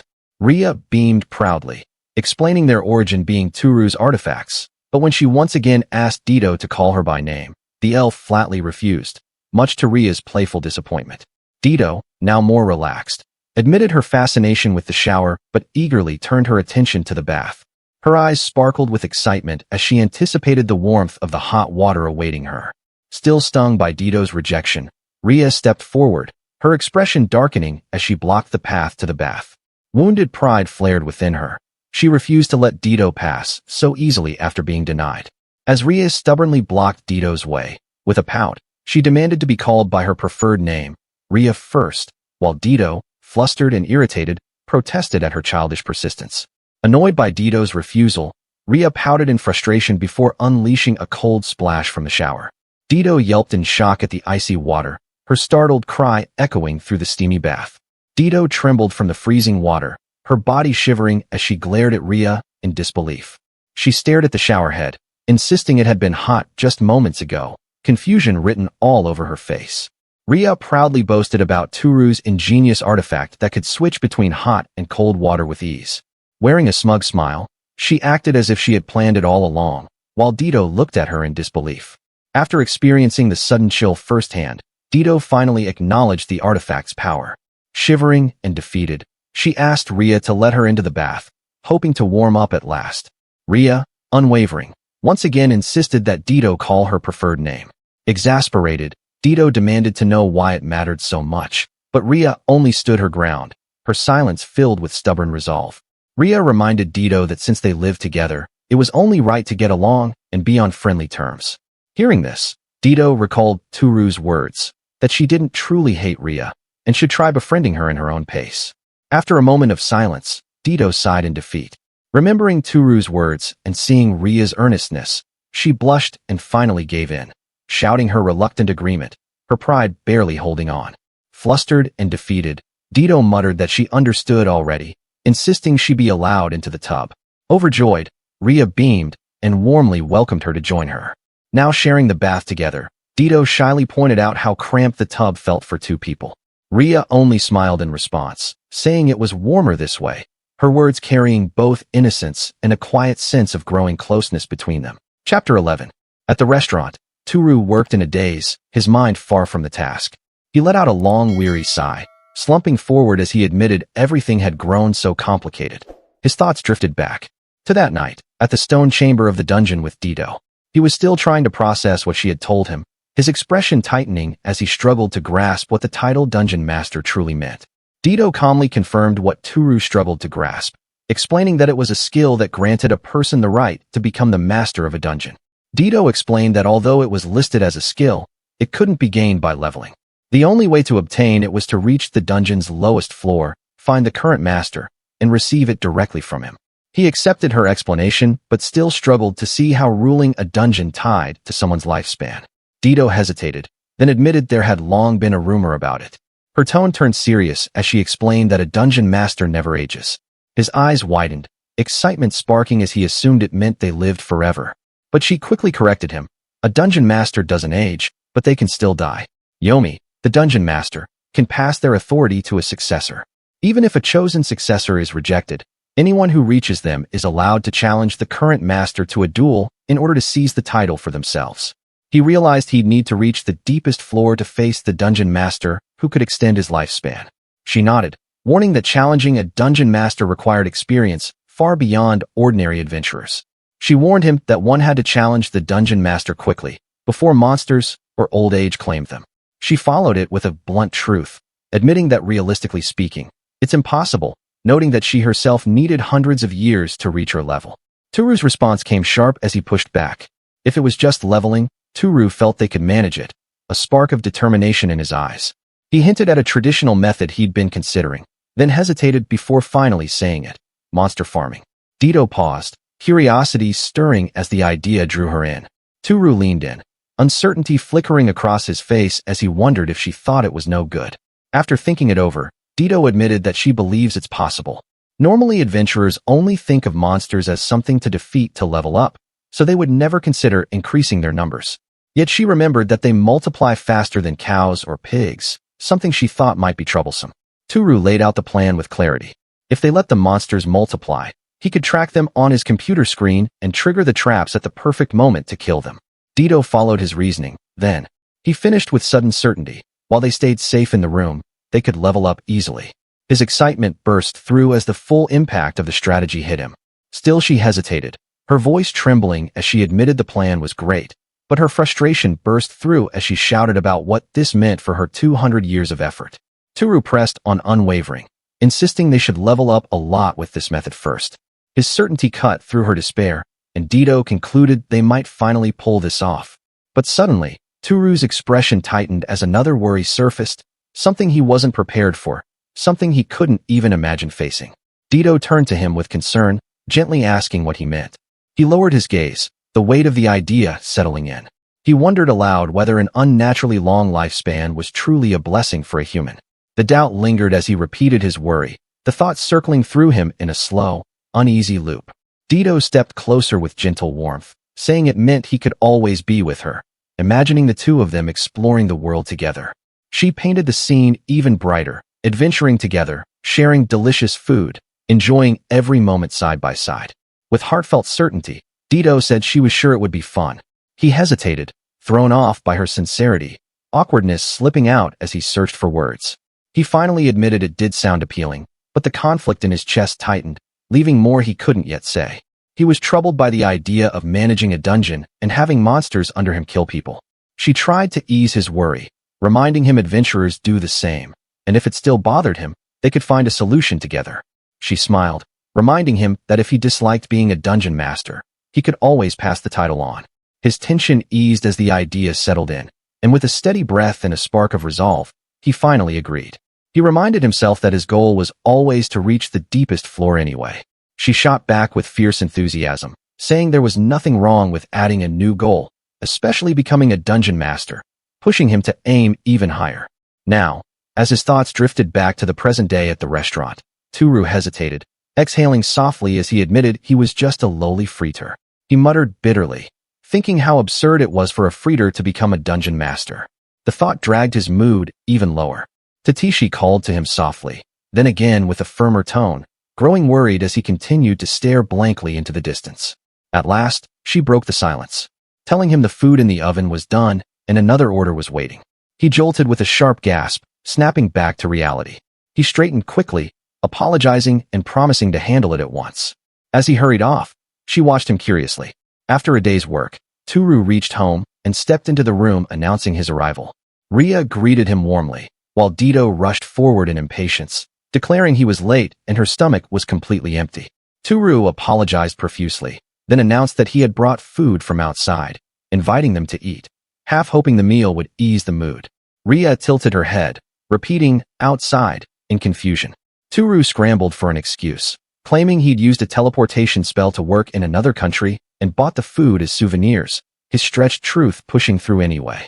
Her eyes lit up as she recognized the food, calling it the hamburger they ate earlier, the one gripped by bread, her innocence softening the moment. Tooru smiled and nodded, gently correcting her that it's simply called a hamburger. She took a bite and instantly melted with delight, her face lighting up at the flavor. Dito followed with her own bite, savoring it before declaring it was also really good. Soft giggles filled the room as they ate. Dito sipped her drink, eyes lighting up as she declared the cola superb, the fizz surprising her. Ria agreed instantly. Meanwhile, Tooru quietly shuffled behind to offer food to Shizuku. She accepted with a small, grateful bow, thanking her master softly as she received her share. Shizuka gasped softly as the flavor hit her, saying it was yummy. Out of nowhere, Dito's voice calling him rang out with urgency. She was edging closer all along, and noticed what he was doing, her eyes narrowing as she sensed something off. Dito demanded to know why Tooru was hiding Shizuku from Ria, her tone firm as she stared him down. He hesitated, searching for the right words as the air tightened with nervous energy. Finally, he admitted that he'd helped Ria when she collapsed in the dungeon. He explained that Ria had been badly beaten and terrified of monsters, so he worried she'd be scared if he introduced her to Shizuku, concern evident in his voice as he recalled the moment he found her. Dito's eyes widened in shock, questioning if Ria had really collapsed alone in the dungeon. Tooru nodded, and informed her she'd been separated from her friends, her sword missing. Dito absorbed the details with a grim look, her suspicion deepening as a troubling thought formed.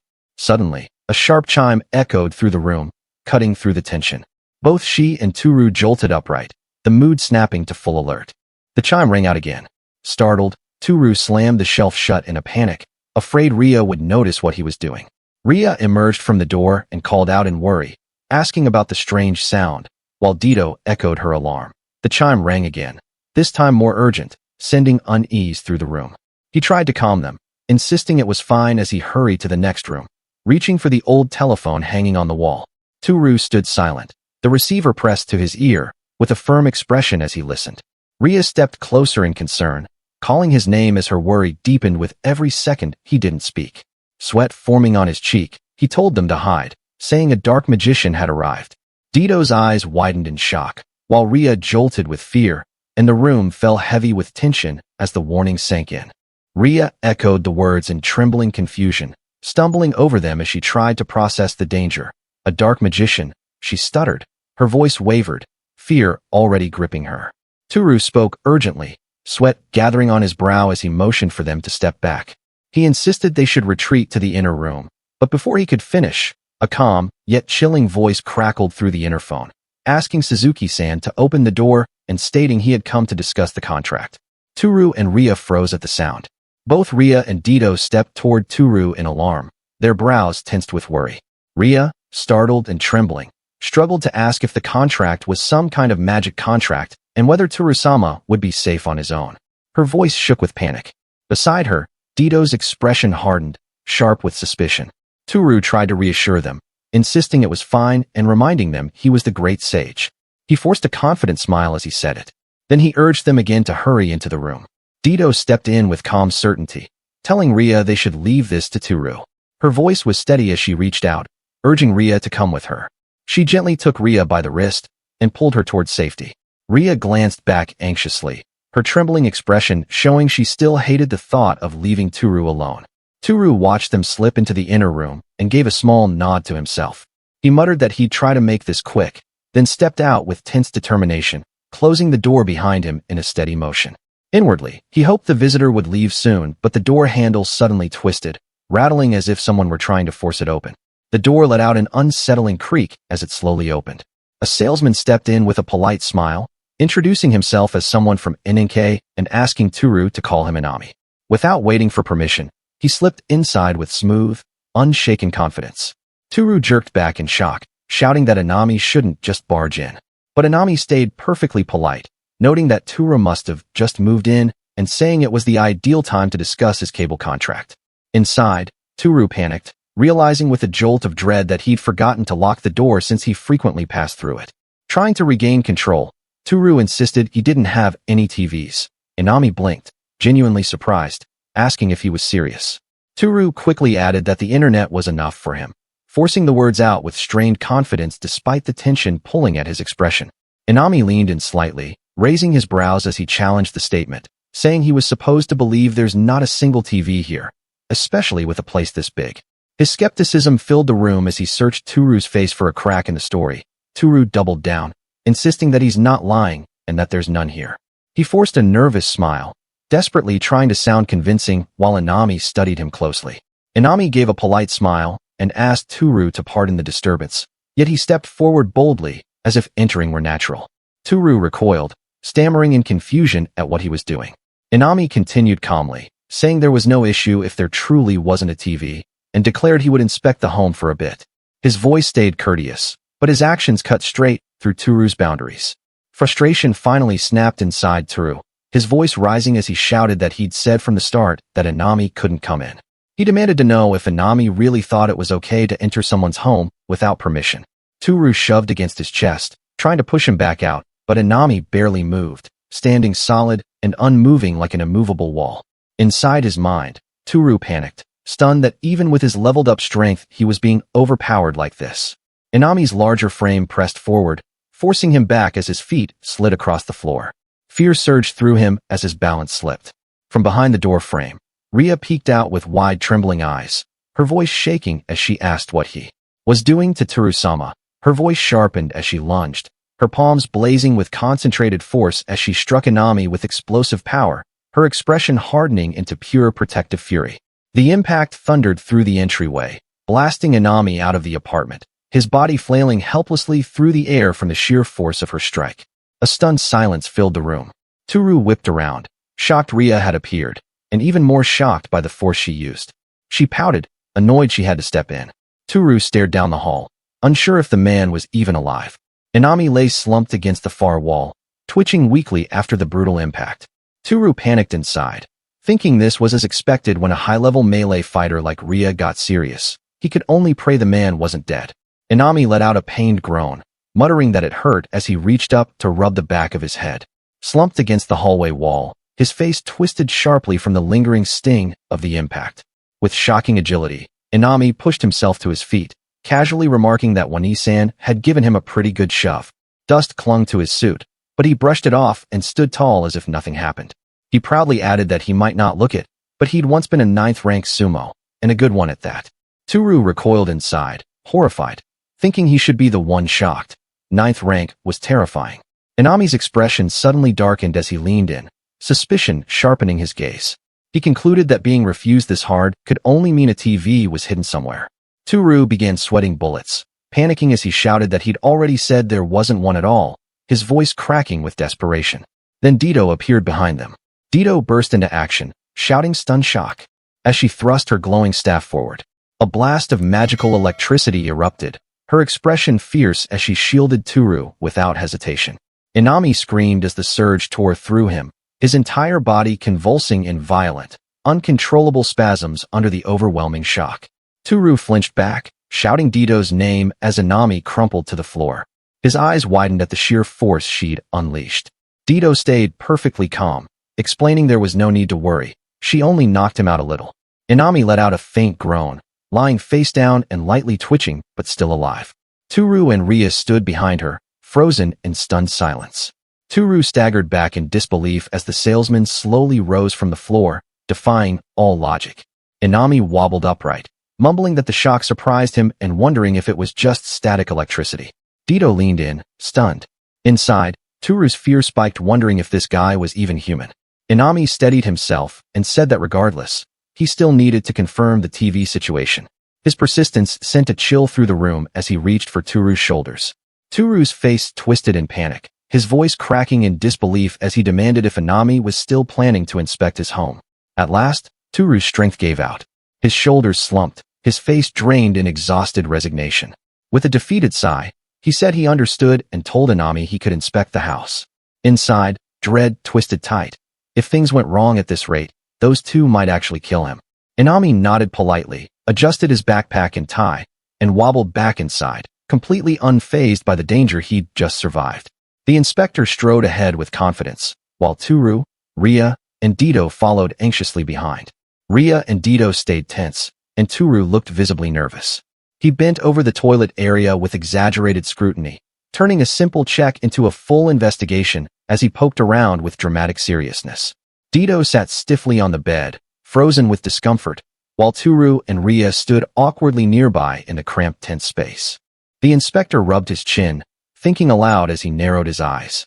He finally admitted there really was no TV, though the doubt in his voice lingered.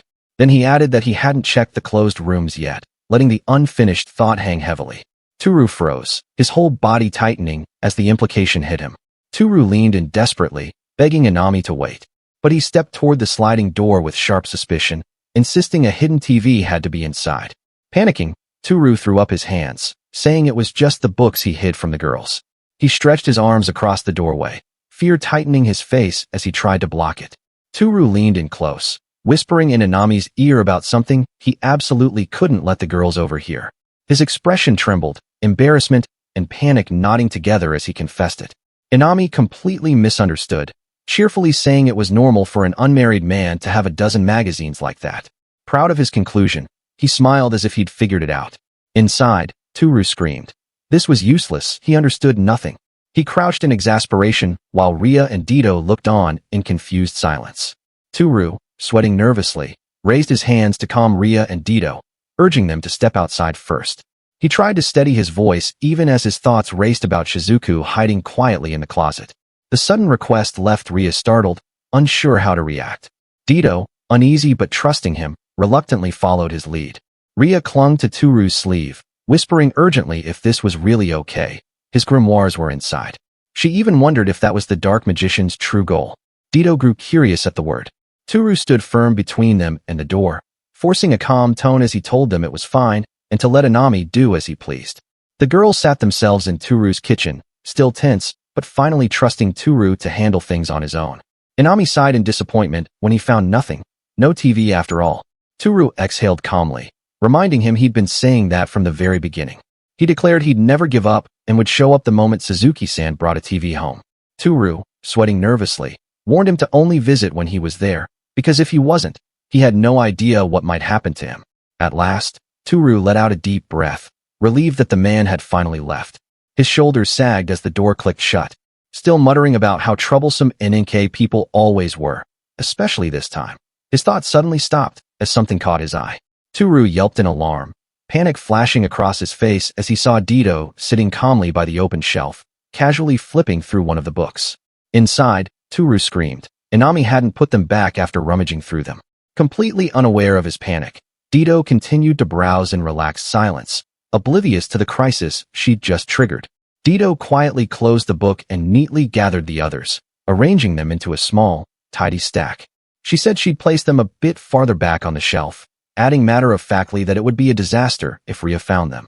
Tooru tripped over his own words, blurting out a shaky thank you. Completely failing to explain himself, Dito leaned in with a soft, playful smile and said that in return, she wanted him to read it to her when he had time. Her eyes narrowed with teasing curiosity as she added she wanted to know what delights Tooru. He shrieked, his whole body jolting in horror as the implication hit him. Inside, Tooru's thoughts spun out of control as he wondered if Dito was actually willing to do what those books showed. His mind nearly short-circuited at the idea. With a deadpan, unamused expression, he muttered, "Good job, Inami-san," cursing the man who had unintentionally caused this chaos. Tooru grew pensive, lifting a hand to his chin as something nagged at him. His eyes narrowed as he glanced toward the balcony, confusion tightening his expression. Staring at the closed door, he wondered uneasily if Inami had used the balcony to leave. The realization struck Tooru. Inami hadn't used the balcony at all. He'd gone through the entrance door. Panic shot through him. Behind Inami, a dull thud echoed as the door sealed him off from the apartment. He shuffled forward, muttering about failing to get a contract again, noticing nothing, until suddenly, he stopped cold, eyes snapping wide as shock locked his entire body in place. Inami trembled, his voice cracking as he looked around at the cold stone floor and looming dungeon walls. Confusion spilled out of him as he whispered what this place even was. Inami looked around nervously, sweating as he lifted his glowing phone. The faint light barely cut through the darkness, and he muttered that it was so dark he couldn't see a thing. He checked his screen in confusion, saying he should have been in the mansion's corridor after leaving Suzuki-san's place, wondering if it was a blackout. Turning in place with trembling shoulders, he tried to pierce the pitch-black surroundings with the weak glow of his phone. He took a few shaky steps forward, moving stiffly as he reached out to feel for a wall, only for something to click open. Inami's voice cracked in panic as he yelped about what was happening before him. His fear spiked when he realized he'd wandered near a giant centipede's corpse, its massive shape lying lifeless on the ground. A strange voice drifted out from a nearby room, calling him inside. Inami froze on the spot, terror locking up his limbs. He lifted his glowing phone like a tiny shield, its trembling light pointed toward the source of the sound. Tooru burst in at full speed, shouting for Inami-san as his voice echoed through the stone corridor. He sprinted ahead with urgency, while Dito and Ria followed close behind, weapons in hand, eyes sharp as they scanned the darkness for danger. Inami's voice echoed through the dark, and the trio froze. He was talking to someone, frantically asking if they already had subscriptions or a contract. His desperate sales pitch sounded absurd in the eerie cave. Strange dungeon voices grumbled back in confusion, one asking what he was even talking about, another calling him horrible, and a third urging the others to just leave already. Inami walked forward toward the group of monsters, reaching out and putting a hand on what he assumed was a human shoulder. Still convinced he was talking to people, he shouted for them to wait. The monster panicked, realizing he was being followed. Tooru's heart dropped as he pointed ahead, shouting Inami's name in shock, while half of the salesman's body was already sliding into the dungeon wall. Tooru darted forward, shouting Inami's name as desperation spiked through him. He couldn't believe the man had actually followed the monsters deeper into the dungeon. Panic pushed him to find Inami before something irreversible happened. He leaned forward urgently, saying he had to follow him now or else. He was certain that guy could survive a battle with slimes, but it would be a disaster if he encountered a giant centipede. Dito suddenly stepped in front of him, arms raised in protest. She blocked his path completely, stopping him from going any farther into the dungeon. She turned serious, saying flatly that Ria had no sword and Tooru was too weak. Going now was far too dangerous. Tooru's voice cracked as he protested, asking what would happen to Inami then, fear outweighing everything else. Dito declared she would go alone. The sudden resolve stunned Tooru, his panic shifting toward her instead. Dito gave him a gentle smile, soft but unwavering. She said it was good timing anyway. She'd been thinking of heading back for a while. There were things she needed to clear up after being cooped up in Tooru's house for so long. Her tone stayed light, but her intention was firm. Hand on her hip with solid confidence. Dito said he'd need gold coins for shopping, so she'd bring some back, along with that Inami fellow. Her steady tone made the whole ordeal sound like nothing more than a simple errand. Tooru's voice softened with worry as he quietly called her name. Dito looked back and told him not to make that face, assuring him she'd return soon. Tooru swallowed hard and nodded, reluctantly murmuring that he understood. With bright determination, Dito said that since they'd agreed, he should hurry and help her pack. Her upbeat voice cut through the tension, bringing a spark of energy back into the moment. Tooru handed over the packed bag, flustered but trying his best to be helpful. Still nervous, he pointed out that he'd added food, drinks, and some cosplay clothes. Dito accepted it with a warm smile, thanking him with genuine appreciation. Tooru told her to make sure she came back safely, his voice steady despite the worry beneath it. Dito answered with full confidence that she absolutely would. Then, with a playful grin, she reminded him they still had that talk about living together for the rest of their lives, telling him not to forget it, her teasing lifting the heavy mood. She gave her final instructions, telling him to leave Inami to her, and to keep the door shut until the monitor worked again. Tooru nodded. With her head half hidden by the slowly closing door, she called out that she was taking off, before her silhouette vanished into the shadows. Neither of them moved, standing in tense silence as they stared down the path Dito had taken. The weight of uncertainty settled heavily over them, tightening the air with unease. Ria finally spoke, Her hands clasped tight as she softly said she hoped Dito would return soon. He nodded, voice subdued as he tried to steady the worry tightening in his chest. Silence settled over them, until Ria glanced aside and added, even quieter, that she hoped nothing happened to Inami either. A week had passed since Dito disappeared into the dungeon, leaving the apartment in quiet suspension. A doorbell chimed in the kitchen. Tooru jumped up, realizing the delivery he'd been expecting had arrived. Ria looked up from her drink, watching him calmly as he headed to the phone. Tooru called the delivery man, explaining his hands were full and asking him to open the door. The front door creaked from the outside, and Tooru hurried over to greet the worker. From his experience with Inami, he knew the door wouldn't open from the inside when a guest arrived. The entrance was partially linked to the dungeon's boundary. The courier handed over a large box, asking Tooru to sign for it. Slightly confused, Tooru signed and thanked him. He exhaled and carried the box to the kitchen, setting it down where Ria could see. Her curiosity piqued as she wondered what it was. Then he carefully opened the box, revealing a collection of special artifacts. He explained that although all the money from selling the gold coins had been spent, what he just recently bought could finally begin the dungeon remodeling plan that had been on his mind. His expression held a mix of excitement and determination, while Ria watched on, her eyes wide with wonder. First, he explained that he needed to set up the camera's monitor and recorder from his computer. Then he moved on, noting that the cables for both the camera and recorder had to be connected before proceeding. He showed the recorder to Ria, who nodded in agreement, though she did not understand its purpose. Her eyes were glued on the monitor following his instructions, while Tooru moved the camera to another room, adjusting it carefully for the next step. To Ria's astonishment, Tooru's face suddenly appeared on the computer screen, leaving her stunned, eyes wide with disbelief. Tooru asked how it was, and Ria, still in disbelief, struggled to understand why she was seeing the tatami room and Tooru himself inside this strange device, briefly wondering if there might be two of him. Observing Ria's reaction, a small smile tugged at his lips. It had to have worked, at least well enough to produce that much of a response. A new problem arose, routing the cables into the dungeon. Drilling through the walls wasn't an option since he was still renting, and leaving the door open was equally impossible. Only one idea seemed feasible, threading the cables through the air conditioning pipe. Its alignment with the dungeon entrance gave Tooru a glimmer of hope that it might just work. He climbed up to create a gap for the cable, poked a hole, and carefully slid it through. As he worked, he thought to himself, well, here goes nothing. He informed Ria that he would head to the dungeon for a short while. Still uneasy about the place, Ria managed a hesitant, stuttered acknowledgement. Inside the dungeon, Tooru looked up at the spot where he had poked a hole for the cable, only to find it gone. Disappointed, he quickly began forming a theory. If the cable connected to the dungeon, it had to be nearby. A wave of frustration hit him as he thought it might have all been for nothing. But then another idea sparked in his mind, and he dashed back to the apartment, determined that it was far too early to give up. Tooru began piecing things together. The room appeared linked to both the dungeon and the apartment. He had first pulled the cable to test it. Opened from the inside, the door led to the dungeon. From the outside, it led to the apartment. That left one question. When closed, which space did it connect to? Remembering Inami-san's voice before opening it, he concluded it must have been linked to the apartment. He realized that opening the door from the inside and leaving it ajar would keep it connected to the dungeon. Acting on this, he swung it wide and fed the cable back through the hole he'd made, thinking that now the pipe might be linked to the dungeon. He informed Tooru that he was heading to the dungeon once more, and Ria watched him with a mix of worry and apprehension in her gaze.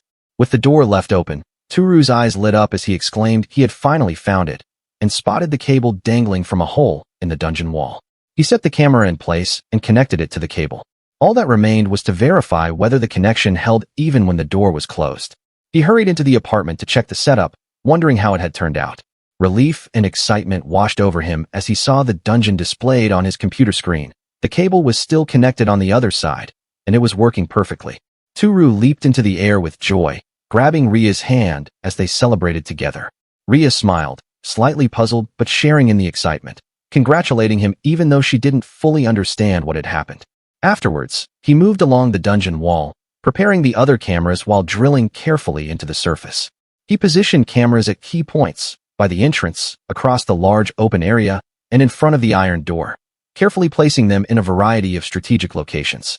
From her spot, Ria asked if this setup allowed Tooru to monitor the dungeon from the room. He confirmed that it did, and for the first time, Ria finally understood the source of his excitement.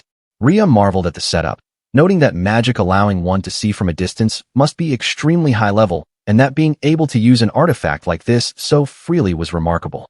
She praised Great Sage Sama for such ingenuity. Tooru blushed slightly, chuckling and trying to downplay the compliment with a modest laugh. But it was far too early to be impressed, Tooru thought, as he began unboxing another item. Ria's eyes followed him closely, curiosity written across her face. Tooru pulled out another device, his excitement palpable as he announced that this was the start of the main phase of the dungeon remodeling plan.